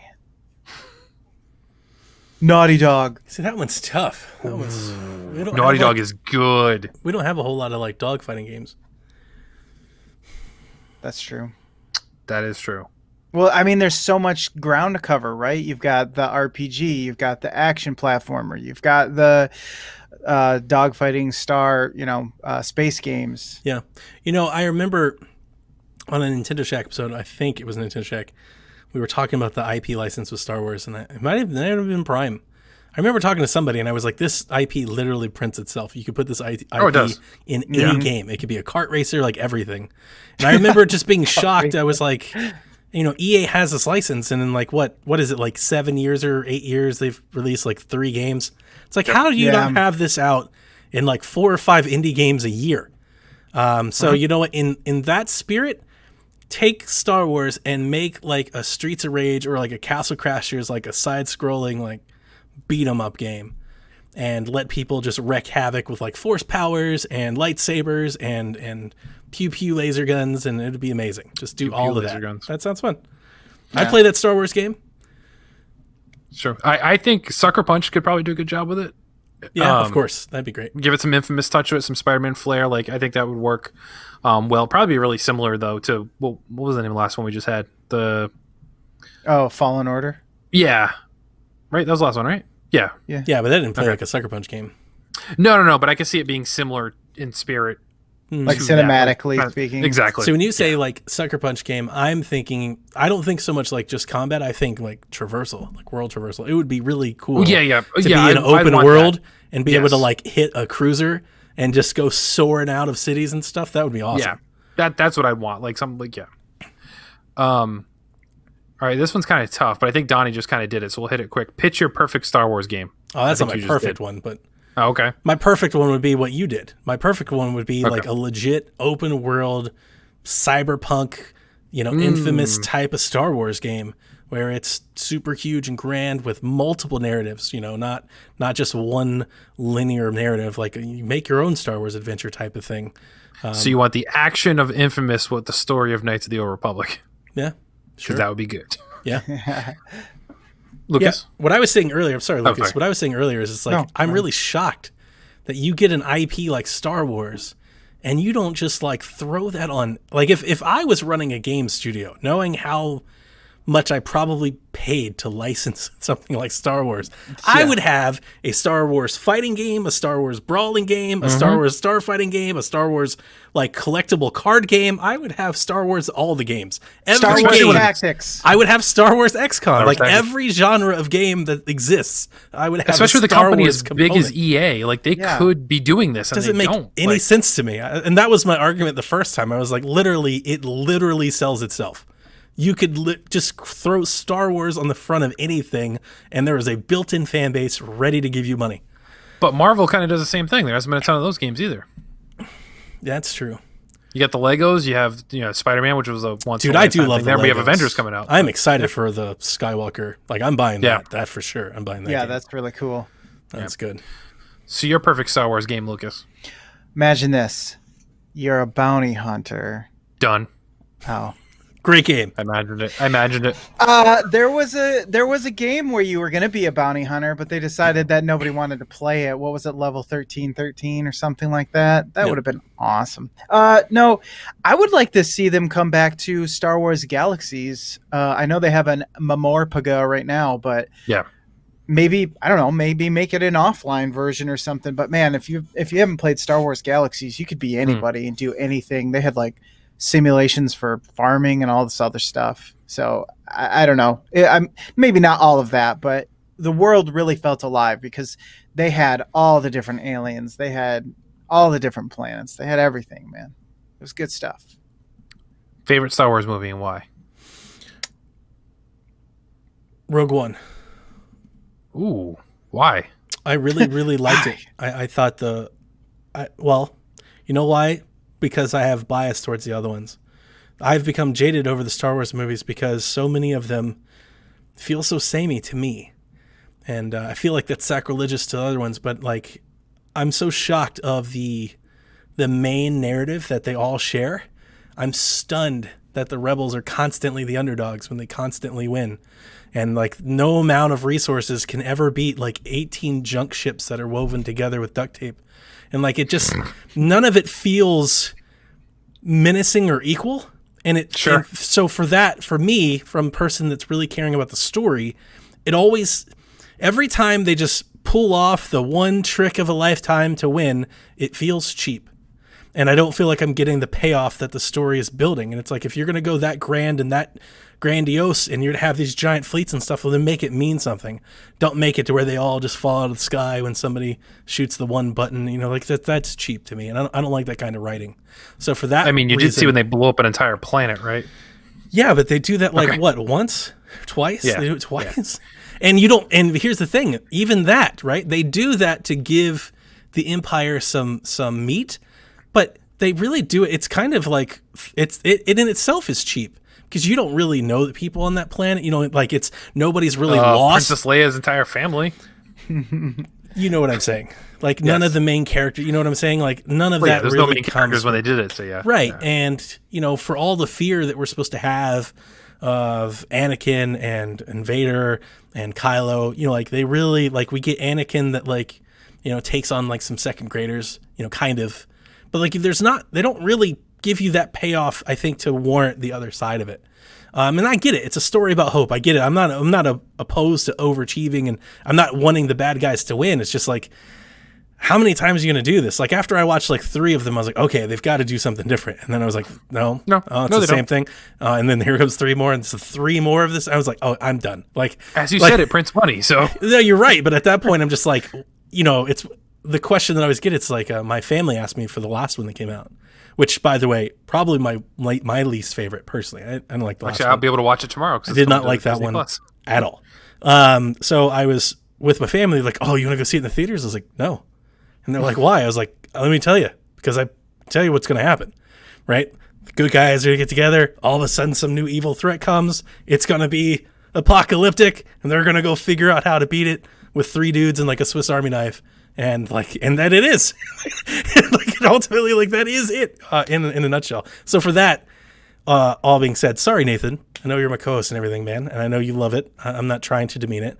Rogue One, I love because I think it has extreme balance and the stakes have weight and they have merit. Like when they're on that final island and like they're trapped in the shield and like they're doing like you feel it. You're like, man, like they're screwed here. Like this is it. They've got it, and it is. And I like that payoff. I guess I find that more rewarding from like a storytelling side because it's not so samey. Not just to everything else, but it's not so, samey is not the right word. It's not so tropish. Yeah. Like a lot of times the horror movies get a lot of bad rap for being tropish and they like Star Wars, very much like that. Very much, almost, to a fault. Makes sense. Lucas, favorite Star Wars movie? Whew. I was just going to say Return of the Jedi. Ooh. You got Jabba the Hutt, classic gangster character. Slave Leia, come on now. That's a good vote. But I do feel like there are. I mean, it doesn't compare to Donnie Reese in the gold bikini, but far less people have seen that. So that's true, unfortunately. I don't know. I feel like it just really opened up more characters, more aliens. I always like to see more of a universe. I think one of the best things that came out of the prequel trilogy was seeing more planets and more aliens and just more of the galaxy. So, yeah. But yeah, Return of the Jedi. It used to be Empire Strikes Back, but I've kind of turned a corner on that. So, well, let me tell you why Empire is the best. Actually, I was with you on Return of the Jedi. Everything you said is valid, but Ewoks. Yeah, not a fan. Yeah, I know. So. But the Nub Nub song or Jub Jub or I mean that is good. But yeah, I'm an Empire fan. But Return. I mean the Hoth battle, right? Come on. Exactly. So I thought it was the most fun. I thought it was the most diverse. You saw different landscapes, which you do see in Return of the Jedi too. But yeah, I just think I like the Hoth experience. I like the storytelling they did in that one. Definitely seemed to be a jump from A New Hope for me, at least. But yeah, that's it. I know that the Star Wars story, the Skywalker line, is done, right? We're fun. Yes. We're finalists. Yeah. Yes. So I'm very eager to see. Like the franchise is definitely going to continue, right? They keep printing money. Oh yeah. It's just that story is done. So I think I'm more excited for that because, like Rogue One, and even like maybe some of the prequels, I think some of my favorite things about Star Wars are like the politics and the double crossing and like the warring of factions and like the moves being made on both sides. I love that. And I've said it for a long time. If you remove like these superpower people, there's a really great universe to tell a lot of those stories. Did you watch The Mandalorian? I did. Yeah. Okay. Yeah, it was good. Okay. Yeah. Speaking of, you think they're going to make a movie of The Mandalorian? I don't know, but they're already writing season 3 of Mandalorian. So if it is, it's not going to be anytime soon. No. Yeah, I guess not. Maybe they. Well, I mean, I guess they can't because they need more TV shows. I like it better as a TV show, to be honest. So I was gonna say it's their Disney Plus like Trojan horse. That's true. Yeah, for sure. So speaking of which, next question: how deep into Star Wars lore do you go? Movies only, TV shows, books, comics, games, all the above. For me, it's pretty much movies only. Did the TV shows some? I haven't watched the cartoons, which I know like Lucas and Jason have seen some of those like Rebels and Clone Wars. I haven't really dove into any of those. And then the games I play, of course. I don't do books, don't really do the comics. So movies, TV shows, games for me. Lucas? For me, it's basically all of the above, although I haven't read too many of the books. And probably the deepest thing that I've ever gotten into is playing the tabletop role-playing games that they have. Because if you want to learn about all of the different aliens and stuff, you buy the Alien Anthology and all that stuff. So whether or not that's actually, canon at this point is up for debate. But that's probably where I get a lot of the lore side of things from. But I don't tend to like pull that stuff out, because I don't remember what Exar Kun's lightsaber colors were or whatever, but I am familiar with that stuff at the very least. I for everything that I just said about the movies, I think I'm a little bit more involved in Star Wars than people would probably give me credit for. I've definitely seen all the movies. I've seen quite a few episodes of Rebels. I've never watched them all the way, but my son and I got into them for quite a bit. I've never done any comics or books, but I've played a lot of video games, and I actually got really... The comics are good. I got really into like a collectible game, like a card game. It was like a Pokemon type card game. Oh, yeah. Yeah. I think when the second or the third prequel came out, I think they were running it. And they even had like a different version that had like figurines. The Hero Clicks. They weren't Hero Clicks, though. That's the thing that I know different about them. They had figurines that you played on top of like a board, and it was very Pokemon-ish. And I was buying some exclusive like strong ones on eBay for like $20, $30 for like singular figurine. So like I kind of got into it for a little bit, but not deeply. They have a lot of wargaming games. Like, there's the Armada or Battleships or something. Yeah. It's just really popular and expensive. So last one, because Nathan says there are 9 Skywalker films, so there's 9 questions. Who is your favorite character in all of Star Wars? Vader. Lucas? Mine's Nien Nub. He's the guy who's the co-pilot with Han Solo, and he goes, That's like that, the original. Oh, he's my my partner in crime. Dash Rendar. Nice. So I'm going with. Ooh. Although I am digging the Mandalorian a lot. I like that story. I think it's good. Except for he walks like a girl, I've heard. Only in the first couple episodes. Then all of a sudden it disappears. I don't know what it is. So maybe the director was like, hey. He's got this hip swagger. John Favreau was probably like, what are you doing? Knock it off. I'm telling you, go back and watch it. First couple episodes. Anyway, that's enough questions. Thank you, everybody. You can, as a reminder, you can always send them to us over in the Discord or reach out to me at Twitter at PSVGKevin, and we'll be happy to answer them for you.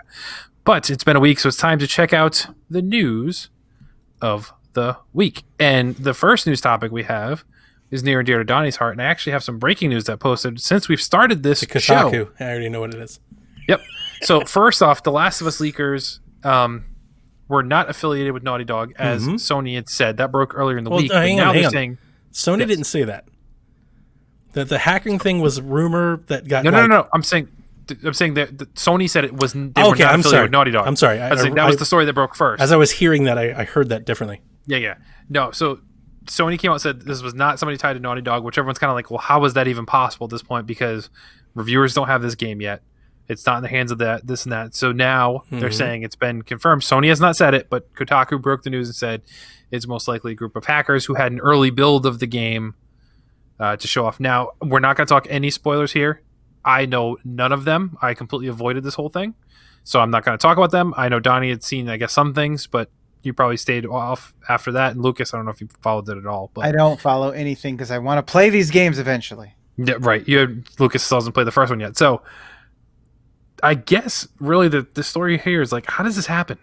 So what they did is they got in the source code of Uncharted 3, I want to say, they actually found like keys to Amazon like storage server, like passwords, and they used that to get in. And then they found the keys to like Uncharted 1 and Uncharted 2, and then they used those to get keys, and they eventually found their ways to keys to The Last of Us and stuff. So yeah, they were hacked by simple passwords, and the passwords have been changed. The Kotaku report, it has been corroborated by several other outlets, including Jason Schreier, who's no longer affiliated with the website. So he's even corroborating it on behalf of, where did he go? Like CNBC or something like that? Where did he go? Is it Bloomberg? Bloomberg. Yeah, I remember it was like not it was a weird traditional gaming. It was like, more journalism site. So even he corroborated with them on the report, and a lot of people are saying, so yeah, they got hacked, and that's unfortunate and sad. I have a very funny anecdote for this because all the news came out that they've been hacked and stuff. All this stuff started getting shared around. Obviously, I follow lots of creators and things that love The Last of Us, so I was scrolling through my Twitter, and I saw a screenshot of bullet points on leaks. And I'm not going to lie to you, I was kind of pissed because not simply because of the leak. I am not as, upset by leaks. I realize that anytime you have information that a lot of people want to know, then it is subject to being leaked. And that just comes with it. I don't think anybody has the, divine right to not have it. Like, that's just a part of it. Like, don't have easy to guess passwords. Like I have a lot of there's a lot of things I would say to that regard. So I don't, that doesn't bother me. But what the screenshot showed bothered me because it sucked. It was all like this person dies and that person dies. And I was like, oh, this is the game that everybody was afraid it was going to be. Oh, I don't want this. I don't like this. And it actually kind of had me in a bad mood. So I had a friend of mine, loves Last of Us in Ohio. He calls me and he's like, dude, you see the leaks? And I go, yeah, I saw it. Sucks, man. I was even like defending them. I was like, I'm gonna give him a chance. Maybe it's gonna be really good. Yeah. And he starts telling me about the leaks, and I'm like, that's not what? Wait a minute. Yeah. And I start reading him. He goes, no, that's not it at all. That's fake. It's like, oh no. So he told me a little bit about what happens, and then I immediately shut it off. I was like, nope, I don't want to know it. I don't want to see it. One of the several things he told me. I know a lot of people have waited for this game for a very long time, myself included, and they don't want to hear anything at all. Some of the leaks, or at least like the big moment leaks, that they're like, these are guessable things. That's what I told you in our Discord. Like literally, if I was like, hey, guess what happens to The Last of Us? If instead of leaking it, I said, here are my predictions for what happens to The Last of Us, you would have read it and you would have been like, yeah, that's possible. You know, so it's dies like at the end. So it's the only thing that I think really upsets people, and this I believe, I'm not so much upset that like plot and storyline bits but actual videos of it happening. Yeah. That's a whole separate story, you know, that's you know, but like that's safe. Just don't click on the video. Like you can stay away from that. I don't think knowing certain X event happens has ruined your ability to enjoy the game at all. Because it's all about context, and it's all about how, and it's all about, especially in a video game, it's all about feeling that how. You know, how does it present to you? How does it feel through the controller? What were the events that led to this moment to make you feel this way? You don't get any of that by just knowing that it happens. You know, so I don't know. I want to say, like, you know, people quit always raging, but I realize, like, I'm sympathetic to the fact that there are people that I don't want things spoiled for me. And ultimately, as we've done this dance in our Discord with everybody on our team and all of our folks numerous amounts of times, the only thing that I can really say to those people is then get off of Twitter and quit whining about it. Like, quit looking at YouTube. And they're like, well, I shouldn't have to, but you do. Like, today's world, you do. That's a realism of what you're doing. Like, that's a part of it. And we stood up in the Discord room for it. And the reason that I kind of put that there, or the reason I wanted to turn it on, is there were people that wanted to talk about it. And it's like, well, if you listen to some podcasts and things like that, there are people jumping in, like, very popular podcasts, just dropping it in the chat and stuff for everybody else to see. And it's like, well, if we don't put a room for it, what's going to stop somebody from jumping in the Discord and just start dropping it in our, and like that could still happen now, but at least with a place for it. Maybe somebody that comes through, like, hey, we have a place for that. Go there. Right. You know, after you beat the game, go there and get caught back up and everything. I'm really happy that I didn't see the videos. And I even told Delvin that. Delvin, you know, he'd seen all of it, and he told me, he's like, what do you think? And I was like, I haven't watched the videos. And I was like, and I'm not going to. Like, I kind of know a few story beats, and that's fine. I don't feel like the game has been spoiled to me at all for what I know. I'm still eager to see it. So I was like, I'm just going to click off here. Now, I do know when the game comes out, I'm totally going Zero Dark 30. I'm going to do Shaq, and then hopefully, depending on how all this, you know, quarantine stuff is, a month, 2 months from now, I'm really hoping to take a few days off. Like, eventually we're going to get some comp time for all this, and I'm kind of hoping to maybe do it then. And I'd love to just kind of disconnect from everything, just go completely offline for a few days and spend some time with the game that I've waited so long to play. So, light some candles. Yeah, absolutely, man. Toss out some rose petals. Get the bed ready. I'd be so excited if I came home to candlelight rose petals leading to my PlayStation. My wife just left and took the kids with her. That's perfect. That's my ideal day, like Valentine's right there. That is fantastic. Oh boy. Lucas, any thoughts? No, I mean, I concur with being able to disconnect and not have things spoiled for you. I think the real problem is you're spending too much time on that type of stuff, because I'm always a late adopter to everything, movies, and that sort of thing. So I've managed to pretty much have nothing spoiled for me, unless somebody goes way out of their way, like you're talking about, like dropping in your Discord and just planting it there for everyone to see. There are people doing that, and that really sucks. That is unfortunate. It does. There are people out there that get some sort of joy in that. Like, I'm so glad it was fake, but that person that just, because it was a picture, and you know how Twitter is, it's already there. You don't like, it was bullet points. And I was just like, I was a little upset, but I was more upset because it sounded like what he had, and I'll go ahead and say the fake leak had Dina died while Ellie's trying to save her, and this other person died. I was like, oh no, this is literally what this game is. This sucks. Like, I was like, Naughty Dog's better than this. And that should have been my key, because I've been telling Josh and Kyle that, like, come on, Neil's good at this. We know it. We know it's going to be great. I should have had more faith, and I'm happy that I was proven wrong rather quickly. So it's even in my very particular case, the actual leaks have almost made me more excited about the game. Because I'm like, at least it's not that trash. It's better than that. So let's get to some good news. E3 is dead, but Summer Game Fest, the new industry-wide celebration of video games, will span from May through August, was announced the other day. It will bring breaking news, in-game events, and free playable content from companies across the gaming industry all season long. Jeff Keighley will act as both curator and host for pre- and post shows in a lineup that includes Bethesda, Blizzard, CD Projekt Red, EA, Microsoft, Riot, Sony, and Square Enix. the big boys. All the And big girls. ones are there, except for Nintendo, because Nintendo does their own thing. They do their own thing. Right. Silly And goose. so yeah, that is coming, and they're promising, playable demos will come from it. It'll be on everything, all Facebook, Mixer, Twitch, Twitter, the whole nine. It'll be everywhere. But it'll just kind of be sprinkled out all summer long, as we heard that was going to happen. We thought anyway, but at least it's being curated and organized as a thing without E3 having to be officially involved. So I'm excited we get something. May to August is just a long period of time, especially yes, all the big boys are there, but if you spread it across 4 months, Yeah, it's really not an that event. big of a deal when you think of it that way. But it's still very cool that something's happening. So They'll give us stuff to talk about. There's like a mad rush on trying to pick up where E3 left off, and you've got Oh, yeah. IGN trying to do it. Now you've got this.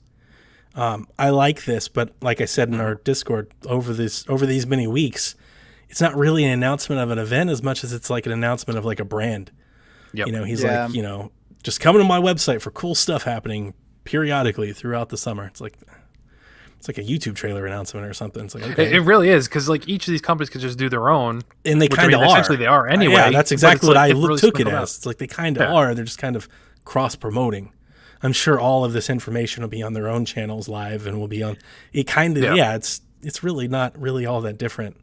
I was gonna say, if it's a one-stop shop for all of the news, okay, fine. But it's not. If it starts getting, if it's broken up and fragmented, and this gets announced here and that gets announced there, it's gonna be real annoying. The only difference is follow. they will have like the lead on announcing it. They're going to be like, "Hey, we've got Xbox at the Summer Game Fest next week, so come check us out." But it'll be live on Twitch. It'll be live on Xbox. It'll be it'll still be everywhere else. It's like they just kind of have the lead on. I don't even know if organizing is the right word. It's just kind of promoting it. First rights to promote. Yeah. Yeah, they're just kind of like the lead on it. Some glaring omissions though. So no Ubisoft. Mm-hmm. We said Nintendo, but Ubisoft is there, which I'm kind of surprised. Like, what are they? I mean, they're normally pretty They're probably going to prominent do and their have a own good thing. showing at like E3s. Yeah, they got to be doing. I would imagine they have to be doing their own thing. Yep. So yeah, we'll see what kind of announcements come from this, but it's exciting to see. And I mean, the big thing is, and we kind of talk about this, especially in our circle with E3 every year, is things are announced, but they're announced for like way down the line. Mm-hmm. Oh yeah, 3, 4, How 5 much are we years. going to see of that because of the situation we live in? Like, I mean, Nintendo. I think the reason Nintendo thing has been so quiet is like, I hate to say it, they don't have anything. You have Xeno, like we know that's coming.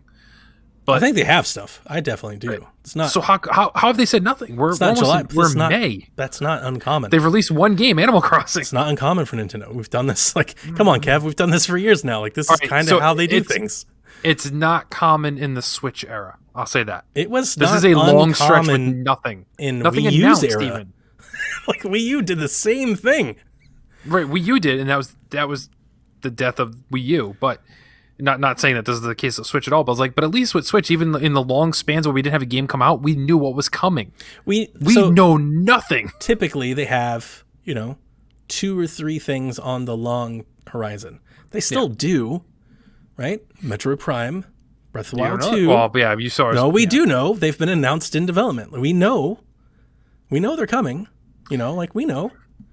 Yeah, but there's a big difference from like, hey, when we knew Yoshi was coming, and there was a gap between it was like 4 months with nothing coming out of Nintendo, and then Yoshi's Crafted World came out. Like, this is stuff that probably won't be in this year.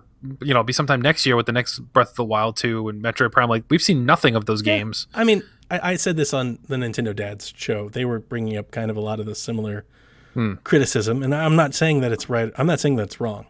I understand everybody will always wanting, like, they feel nice and cozy and comfy in a nice monthly itinerized, roadmap. I get that. But, like the Switch got off such a great start because the Wii U came off such a bad fail. Like, they had that built in. To have that sort of expectation always, I don't know how fair that is. And we know, like, even if it's not announced, like, we do know, like, there's several heavily corroborated rumors of things that are happening. We know they're coming. Yeah, but I thought they would have been announced by now, considering how long we heard the Mario rumor. Like, I would expect. I think they were planning to announce it in June and launch it in the fall, and they're going to have that quick, because that has been something Nintendo's been doing for a while now, like announcement to market. Yes, that's been a thing for them. They're not. They haven't been giving us, like, we know about every first party exclusive AAA Sony and Xbox project years in advance.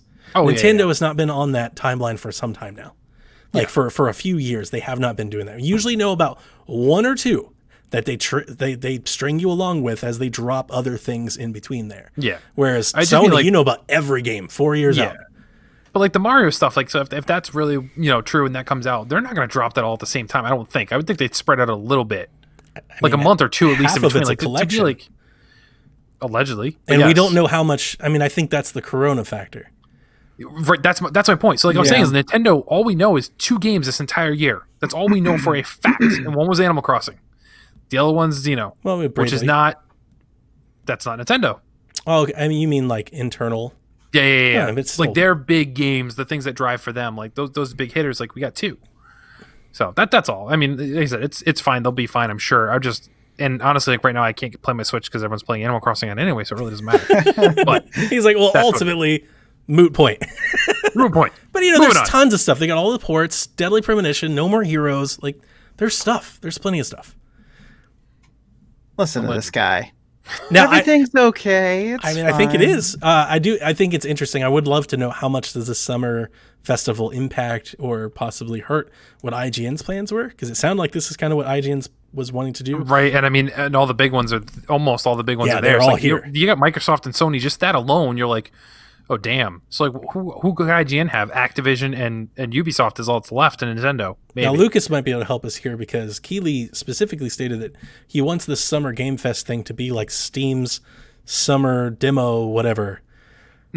So he wants these folks. He said in I think it was a Reddit, like an AMA. I saw it via tweet. I saw it on Twitter, like you get all my news. But I think it was on Reddit. He said this is kind of where we want to go with it, and we're hoping that maybe next gen these companies start releasing, slices, demos for you get to try some of these games digitally. Now that's been something that I think we as podcasters have wanted from E3 forever. And I got really excited when Nintendo was doing that with Best Buy, right? Like you can play, Smash Brothers today, and you got to go to Best Buy, and that sucks. And they probably paid for that, right? It would be better to try those things at home. That's why I got so excited for not Death Stranding. Help me. The horror game. Just like lost the Kojima horror game. Silent Hills thing. Silent Hill? Yeah, but not Silent Hill. What's it called? Oh, the one that you have on your thing that nobody else can play? Just lost the name of it. Shoot, what the heck's the name of it? PT? Thank you. PT. Playable teaser. I got really excited about that. Hallway. Because it was announced at E3. They were on stage and they're like, hey, check out this weird thing that we have right now. Yeah. And I was like, what is it? And I went to my console and like a bunch of people like grabbed it and loved it. There needs to be more moments like that in a digital world. Yeah, right? Like if the expectation is, okay, we're not going to have conferences anymore and it's all going to be digital. It's like, okay, well then you need to bring digital home. It can't just be all YouTube videos. Like do something. It's out now. A teaser's out now. Like let us do something. There's got to be something to bring more excitement because it was a live event with a lot of people who are getting hyped up about being there and seeing stuff. And even if you didn't get like hyped up for the press conference, there was a ton of news regarding hands-on, impressions of games and stuff like that. And like all of that goes away if it's just digital. Wonder what's going to happen to the indies.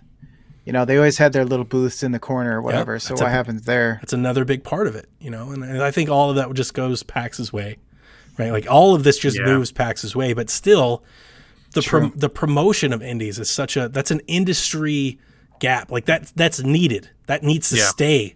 Like got to get an indie direct or be on an ID'd Xbox or something like that. Just to get some sort of exposure. Exactly. And like that's something that the companies can do to make sure that everybody else can still have a place at the table. That needs to still happen. And I don't think that happens as much just in a digital only format unless you go Jeff's way. And it's like, check out this awesome indie game and you can play it today. Play a demo. Yeah, I was going to say, if they do releasable playable demos and stuff like that, that might benefit them more because I know, people are willing to buy a $15, $20 game if they can play a demo of it. Think about the house party. Awesome. If it's all digital and we can stream and do reactions and then play demos live. Oh, that'd be great. Stream the demo. Awesome. That's perfect. I'd never want to go to E3 if that was the case. It's like, why go to a conference with bad Wi-Fi and tons of lines waiting when you can just do it all at home? Loud. It's the same. It's no different than like the movie theater analogy. It's like, why am I going to the movie theater if I can just watch it at home? It's true. So speaking of the event, as you mentioned, Xbox will have one next week or this week as you're listening to it. The show, they've already said they will be showing the Xbox Series X will be shown. Yep. They will be featuring some third-party games as well. And they said this is what they're saying. They may be a surprise, who knows? But they're saying they're holding back its own Xbox Game Studios titles like Halo Infinite for an event during the summer, which is smart, I think. Like, keep it string on. You don't need to show it yet. That's fine. But the interesting part here is Xbox has still confirmed the Series X will launch on schedule, will not be delayed due to the coronavirus, but the games may/will be, could be, is really the definition. But as they stated before, none of the games that were coming out for the Series X were going to be exclusive to the Series X anyway. So you can still get the Series X, still play everything from the other Xbox on it. It's fine. It's not going to hinder it. What are your thoughts about that first, before we get to the game conference and what we think they're going to show? Does it matter now to get the console out on time if you know you're not going to have any games for it, even the ones that are cross-platform? I'm sure they'll have games. They'll have some games. Like, I'm sure Assassin's Creed is ready, so right, they'll have games. Yeah. I'm sure Halo will be ready for launch day. I think it's good that they're launching, as long as they're like, if the product line of manufacturing isn't strained, if they are on schedule like they always hope to be, then you launch. I think many people have hope and optimism the world will be in a better place in 6-8 months. So there's no real need to change the plan now, in my opinion. So I would go for it. And as far as the games thing, I was talking to Dev on the DLC show about how Game Pass kind of factors into Xbox's strategy with this. Like, it doesn't make a lot of sense for Xbox to come home with your new Series Xbox and give you all of the launch games at once, because you're going to go through them all like right then and there, pick out the ones you like, and then then you're going to be like, what's next? I mean, that's how we consume contents. The Game Pass thing it's a Netflix type model, right? It's a sub. We all know subscriptions. It makes more sense for them to do the Switch route, and it's like, hey, Series X comes out with Assassin's Creed and Forza and Halo. And next month, here's this other thing. And the month after that, here's another thing. And the month after that, here's another thing. Because their focus should be, we want people to buy the hardware, to subscribe, and keep subscribing. You can't have long periods where nothing is coming out. That's why these things like Streets of Rage 4 and these little indie launch day and date games and moving out and stuff like that, that's why this stuff matters to Game Pass more than, you need that to string people along, keep them watching, keep them playing. So I think it's smart. And I think he said this on his interview with Ryan McCaffrey on Unlocked a few weeks ago. He said the Xbox One's launch had too many games at launch. He was like, there's too many. And he thought that was like Sunset Overdrive, like, or a disservice. He's like, well, it was out there with Rise and Halo and all these other things. It's like, I don't think people gave it the appreciation it deserved on launch day, because it got lost in the mix. He's like, we need to do a better job of putting our games in a good place to succeed. And I think that's kind of what he's alluding to without saying it. Smaller launch in terms of total games, but more of that roadmap that you're looking for, Kev. More of that, here's kind of what we're looking forward to. Yeah, get the console out, get it in people's hands, and then when you're ready, start dropping games. He did say, so in an interview with IGN, too, he did say that right now, due to the corona, they delayed Wasteland 3, they delayed Minecraft Dungeons, as we know before. Yep. There's fears that Halo Infinite could see some sort of delay too. Obviously, they do not want that. I think Microsoft is going to be gung-ho about trying to get that out. Yeah, I think that but he did say things right now are not easy. Things are stretched. You can feel it in the teams. They're really stretched right now. So, we hate to talk about that crunch. We see how it goes, but this is a different scenario. This isn't just a studio getting a game out on time. This is for a launch. You need something. Mm-hmm. Yes, you don't need too many games, but Halo is going to be the console mover, I think. And I think that's why I said that's the one. That's the one. If other things start to fault, that's the thing where you move everybody this way. What do you need? This game has got to be there. We're going to make it happen. Who cares about Hellblade? Let's get Halo on. Yep. It's kind of what it is. Lucas, your thoughts? You've been quiet. I mean, I think they're, with good reason, I think they'd be afraid not to launch holiday season, right? Yep. I mean, how do you not? That's a huge, I would imagine they are thinking, okay, we're going to lose a lot of money if we can't make this date. So, like you say, get the console out there and the games will follow. I think with a track record like they have, and with Game Pass and the fact that there are games coming to it that aren't exclusive to the X, you'll be okay. I do think they'll probably scramble and get something around at the last minute and it'll be fine. But, it might be a little bit sparse there until 2021. But because it's all back and pat and all these third-party games are coming, like, I don't think sparse is the right word. There's be plenty to play. Well, here's the thing. We'll complain, or some people will complain. There will be a vocal part of the internet that's like, but they'll still buy it, and that's really all they care about. You're still right going to now. get that Marvel's Avengers. You're going to have Cyberpunk. You're going to be able to get the new patch for Cyberpunk and play it better. There's going to be how many games are going to get patched for Series X? Yeah, that's the thing. Like, it's going to have that smart delivery. It's going to be fixed anyway. It was just like Xbox One X. When I got my Xbox One X, I didn't buy a brand new game. I kept buying and playing. I bought Mafia 3 to see what it looked like in 4K. I was like, oh, it's got a patch. I got to check out the old thing. You know, that'll be a part of it too. Makes sense. So with that being said, last part of this, and before we wrap up for tonight, Josh asked, and I want to put this question to this story directly. What do we expect to see at the Xbox event on May 7th? Is it all hype, or will we see exciting things on the same level as Assassin's Creed Valhalla? Yeah, it was interesting because I got really excited because we've been hearing about this event happening, and I thought it was going to be the event we're all expecting, like the normal, here's the price, here's the date, here's the games, and it's not. So we got like this news about the event, and I was like, oh God, here it is. And it's like, well, it's third party only. I'm like, well, that's not as cool, but still, I'm excited to see what the next gen looks like. We still haven't got that yet, so I'm still here for it. I'm excited. The fact that it's third party only, we know that we're going to see Assassin's Creed, and they're going to be a lengthy demo. I think it's cool that they've kind of aligned themselves to be able to show that off. That's, love Ubisoft, so I think that's great. I don't know if there'll be another Ubisoft game there. Like, we know Ubisoft has lots of games. Could we see a Watch Dogs or a Far Cry? I think CD Projekt Red is probably a good bet. I don't know if they would per se, like, say, here's what the Series X will do. I don't know if that's a smart move for them or not, but I mean, it just feels like they've done everything with Xbox. So it almost feels weirder to say the Xbox can have this big third-party presentation. They wouldn't be there. The other ones, Madden, 2K, like you get EA, things like that. I'm still excited and waiting to see Dying Light again. Where's that in terms of new games? Like we said in the Discord, I know I reached out on Twitter and I got replies. Do we see like Final Fantasy VII on Xbox type of thing? And or do we see like the Marvel Avengers could pop up again? Like I keep going back to like all the games we saw last time. Yeah. Do we see any of those come forward? And does that mythical WB game show up? Could be. It could be. That's a good question. So I'm a little torn here. So personally, I think like we're going to see Assassin's Creed. We know that, and I think we're going to see a lot of Assassin's Creed as kind of the first game we can really see what the Series X does. And I think we're going to get a lot of technical specs, maybe some features and stuff like that going on. Like I think there's going to be a lot of talk on the 4K, the ray tracing, smart delivery. Like I'm afraid I shouldn't say I'm afraid, but I think there's going to be a lot of talk around the technical stuff of it to get that not out of the way, but kind of just out there. So every time you hear about the Series X again, after that is going to be games, prices, launch date. Like you're going to focus on that. I agree with you on CD Projekt Red, but if CD Projekt Red is participating in this games thing over the summer, they got nothing else to show. I mean, they could just keep showing the same thing. Right, but I mean, like, so then why have a special presser for this? I mean, I don't know. I agree with you. It makes sense because they've been doing all the marketing stuff with them.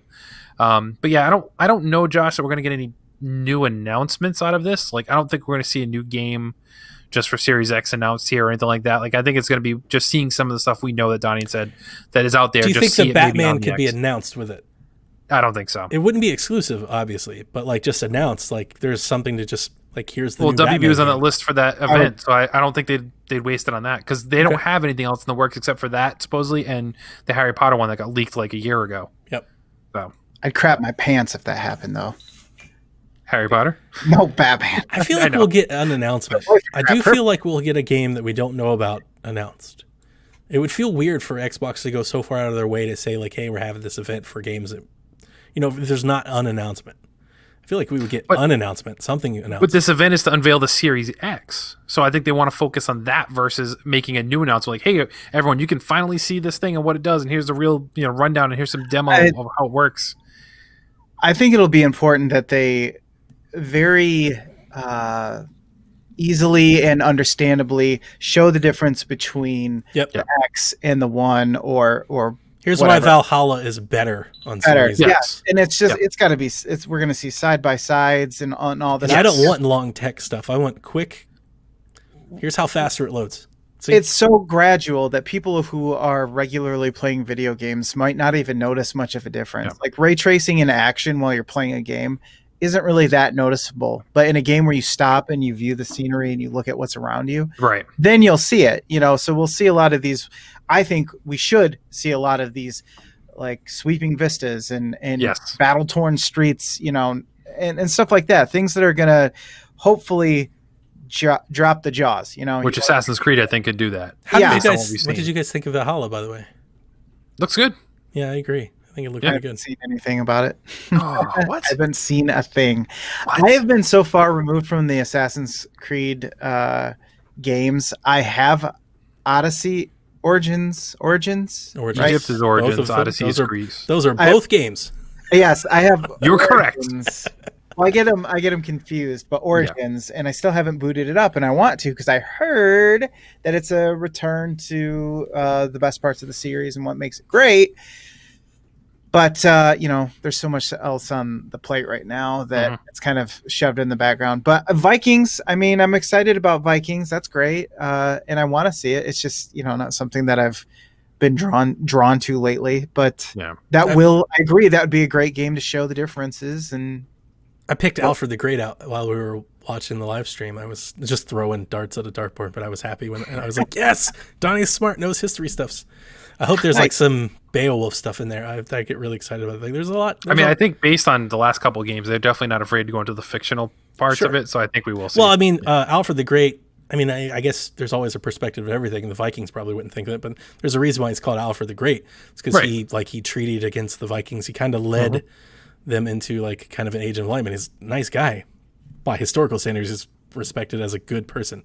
So I think it's hilarious that he's like this evil king. Like right off the get-go, I was like, well, yeah, this is their Assassin's Creed, telling their own history, kind of being loose with it, which I think I appreciate. I think it looks great, but I'm hit or miss with Assassin's Creeds. I never finished them, especially not the new ones. They're just forever long. Odyssey was that way, but I very much enjoyed playing Odyssey. But there is something comforting about buying the new awesome box that can do all the awesome things and then using Assassin's Creed to do it. Because if there's a game to do it, that's it. You can play that game forever and it's going to look beautiful. It's going to be awesome. Ubisoft is good at that. Yeah. Far Cry, any of their series is just... I mean, I did that when I bought my PS4. One of the first games I got was Black Flag on PS4. So it was like, that was one of the first games I had was Assassin's Creed. And that's one of the few Assassin's Creed I beat. I never cared about boating so much as I have at this very moment. No, I hated the boating parts. I just got to those as quick as possible and moved on. I'm not super into Halo. So there literally exists a chance that I come home with Series X and play Assassin's Creed way more than Halo. I think that's probably very likely, right? Like that day, that weekend, it's like... you don't need to buy Halo anyway. It's on Game Pass. Right. So I'm definitely going to play Halo, but I'm not going to play Halo first. Sure. Personally, for me, I am possibly amping up to pre-order, but actually buy one of the new systems around launch. It'll be a new thing for me, but Xbox. This is really going to be the first. He's never played any exclusives, Donnie and Sony. Doesn't matter. He's going to get Game Pass, and it's all the power his PC can't do. Then he's got to cancel Humble Bundle and all that other stuff because it's the same thing. Anyway, and it's better. Honestly, it'll be the first volley in what will be a long and hard war of trying to get my attention. So they better come out with something that really wows, because people like me who, keep their wallets close to their hearts, it's going to be tough. Well, then it's Game Pass. That's that wins the argument for you right out of the gate. But then at the same time, I'm like, well, I have it on PC. Do I really need it on another box and split my time? You just have both. Yes. Right. Because you can imagine, he's never played Last of Us. He's never played God of War. No, I mean, I'm not. Never played Infamous. Lucas, I definitely want you to play all the great PlayStation games. I wouldn't try to deprive you from that, but knowing you and your wallet, I mean, I think Game Pass and Xbox makes the most sense for you. Unless it comes out at $150. Because here's the thing, you can buy a PlayStation, but unless he just waits to the end of the generation, I don't think he's going to buy all those games as they come out. Well, it depends on what. We don't know. Maybe PS Now is a most prominent thing in the future. Just buy a PlayStation 4 and play them now. Well, I was going to say, like you said, I'd buy a new thing and then just spend all my money on rebuying things that came out a long time ago. Yeah, that doesn't make any sense. Whereas Game Pass, I wonder if games. I wonder how many games from this gen will get some sort of next. Will Red Dead Redemption 2 get an upgrade on Series X? Stuff like that. I think there are big games already. Will Odyssey get touched up? Will we hear about that this week? Like, hey, and you remember Odyssey, this giant game? It's getting all the updates that the new one's getting too. Like, I could see this Collection remastered again, remastered, remastered, guys. The definitive edition. Oh gosh. Darksiders 2, the definitive edition, remastered. All of it. Just put it all in. We mean it edition. This is the last time we're porting this game edition. It plays Skyrim, everybody. Saints Row Collection mastered 4. But I mean, so like as an Xbox, like if they were like, hey, Forza Horizon 3, 4K 60 and all like new things, like we've patched the game, and like any of those old games, like Hellblade, look how much better the old Hellblade now plays. Things like that, I would still be not like will it hyped make for the it, game better though, but we'll be excited to replay them. Just disregard will it make Kevin's it a good game? Make all the games better. Hellblade is an amazing game. Sure it is. Anyway, Donnie, where can people find you if they want to follow your other shenanigans online? Follow us over at Shack Life on Twitter, at Shack Life, and join me and my compadres as we talk about the Nintendo things, as Donnie continues to not play Animal Crossing and not doing any of the things that all the Nintendo fans are doing right now. So, yeah, that. So, why are you on Shack? Right. Okay. Good point. Just checking. Just hand it over to the new guys. Let them. I ask myself that every week. I'm just come back when like a Mario or a Zelda comes out. Just dude, I play Kunai. I'm playing Telling Lies. I'm the one person that's over there doing anything other than that. You're playing the weird stuff. Man of my own heart. Lucas, where can people find you, sir? I'm on Twitter at heavymetal_riff. I do another podcast called Fluxtaposed. We just released another radio volume where we take OC remixes, which is video game music, and I don't know, pretend to be disc jockeys, I guess. Did you do Streets of Rage edition? No, they don't have enough remixes of Streets of Rage. It's all Go Straight, and that's it. The first song from Streets of Rage 2. So one of the best. But you guys opened the show this past week. We pushed it to the limit. Yeah, we did. We went back to it, man. Shows I was like, went back to the roots. We always do good when we go back to the roots. And then they started talking. I was just like, oh. No, this is terrible. And then he turned it off and started streaming the song instead. You're like, I just like the song. I just realized. That's all I like about this. Why do they keep talking over it? And then, I don't know. I'm on Discord land, PSVG Discord land, and talk every once in a while. So, by the way, Donnie, don't feel bad. I'm not playing Animal Crossing either. I mean, he's not. There's no expectation for me to, other than I'm fine. Most people won't be playing Xenoblade, and I will. It's cool. Yep. It does feel disassociating because not only am I not playing it, but I mean, like everybody loves, like it's the greatest thing ever. Everyone's talking about moving their rocks and getting bells and turnips. And Kevin called it. I mean, not that it didn't need to be called. It's pretty self-evident. I'm not a huge Animal Crossing fan, but I will say this. I mean, I liked New Leaf a lot more. Like this one in particular, I would cut bait on real quick. Sure. I started, they started crafting, started telling me all this. I was like, oh, no, I'm not doing this. No, this is ridiculous. No. It's very... just give you money and give me things. That's exactly. No, you're exactly right. Because I was like, wait a minute. What? I got to keep building shovels? I got to keep building this? I got to keep doing this? You want how many of it? Oh, no. This is not the game for me. I'm glad that they're doing it. I'm glad that everybody loves it. I really, really am. Yeah. But the direction was a hard turn away from anything. Donnie was already loosely connected, and then they could have went right or left. Right would have made me more connected. Left would have completely, and that's where they went. They just turned away. They're like, absolutely not. But hey, your wife and kids are playing it. They love it. There you go. That's it. So everybody, make sure you hit up the website, psvg.blog, to find all the great PSVG stuff, our Discord links, our Patreon links, if you're so inclined, YouTube, Twitch, the whole nine, everything's up there. You can follow me if you want to, at PSVG Kevin, on all of the social medias and gaming platforms, if you so desire. I am trying to plan a game night, hopefully. Maybe do a little bit Fortnite with the fans or something of that nature coming up soon, so stay tuned to the Twitter for that announcement. I just got to find a good date and time to make that happen. But yeah. Thank you, everybody, for tuning in. Thank you for telling a friend. But most importantly, we ask, as always, that you never... Stop. Gaming? Gaming.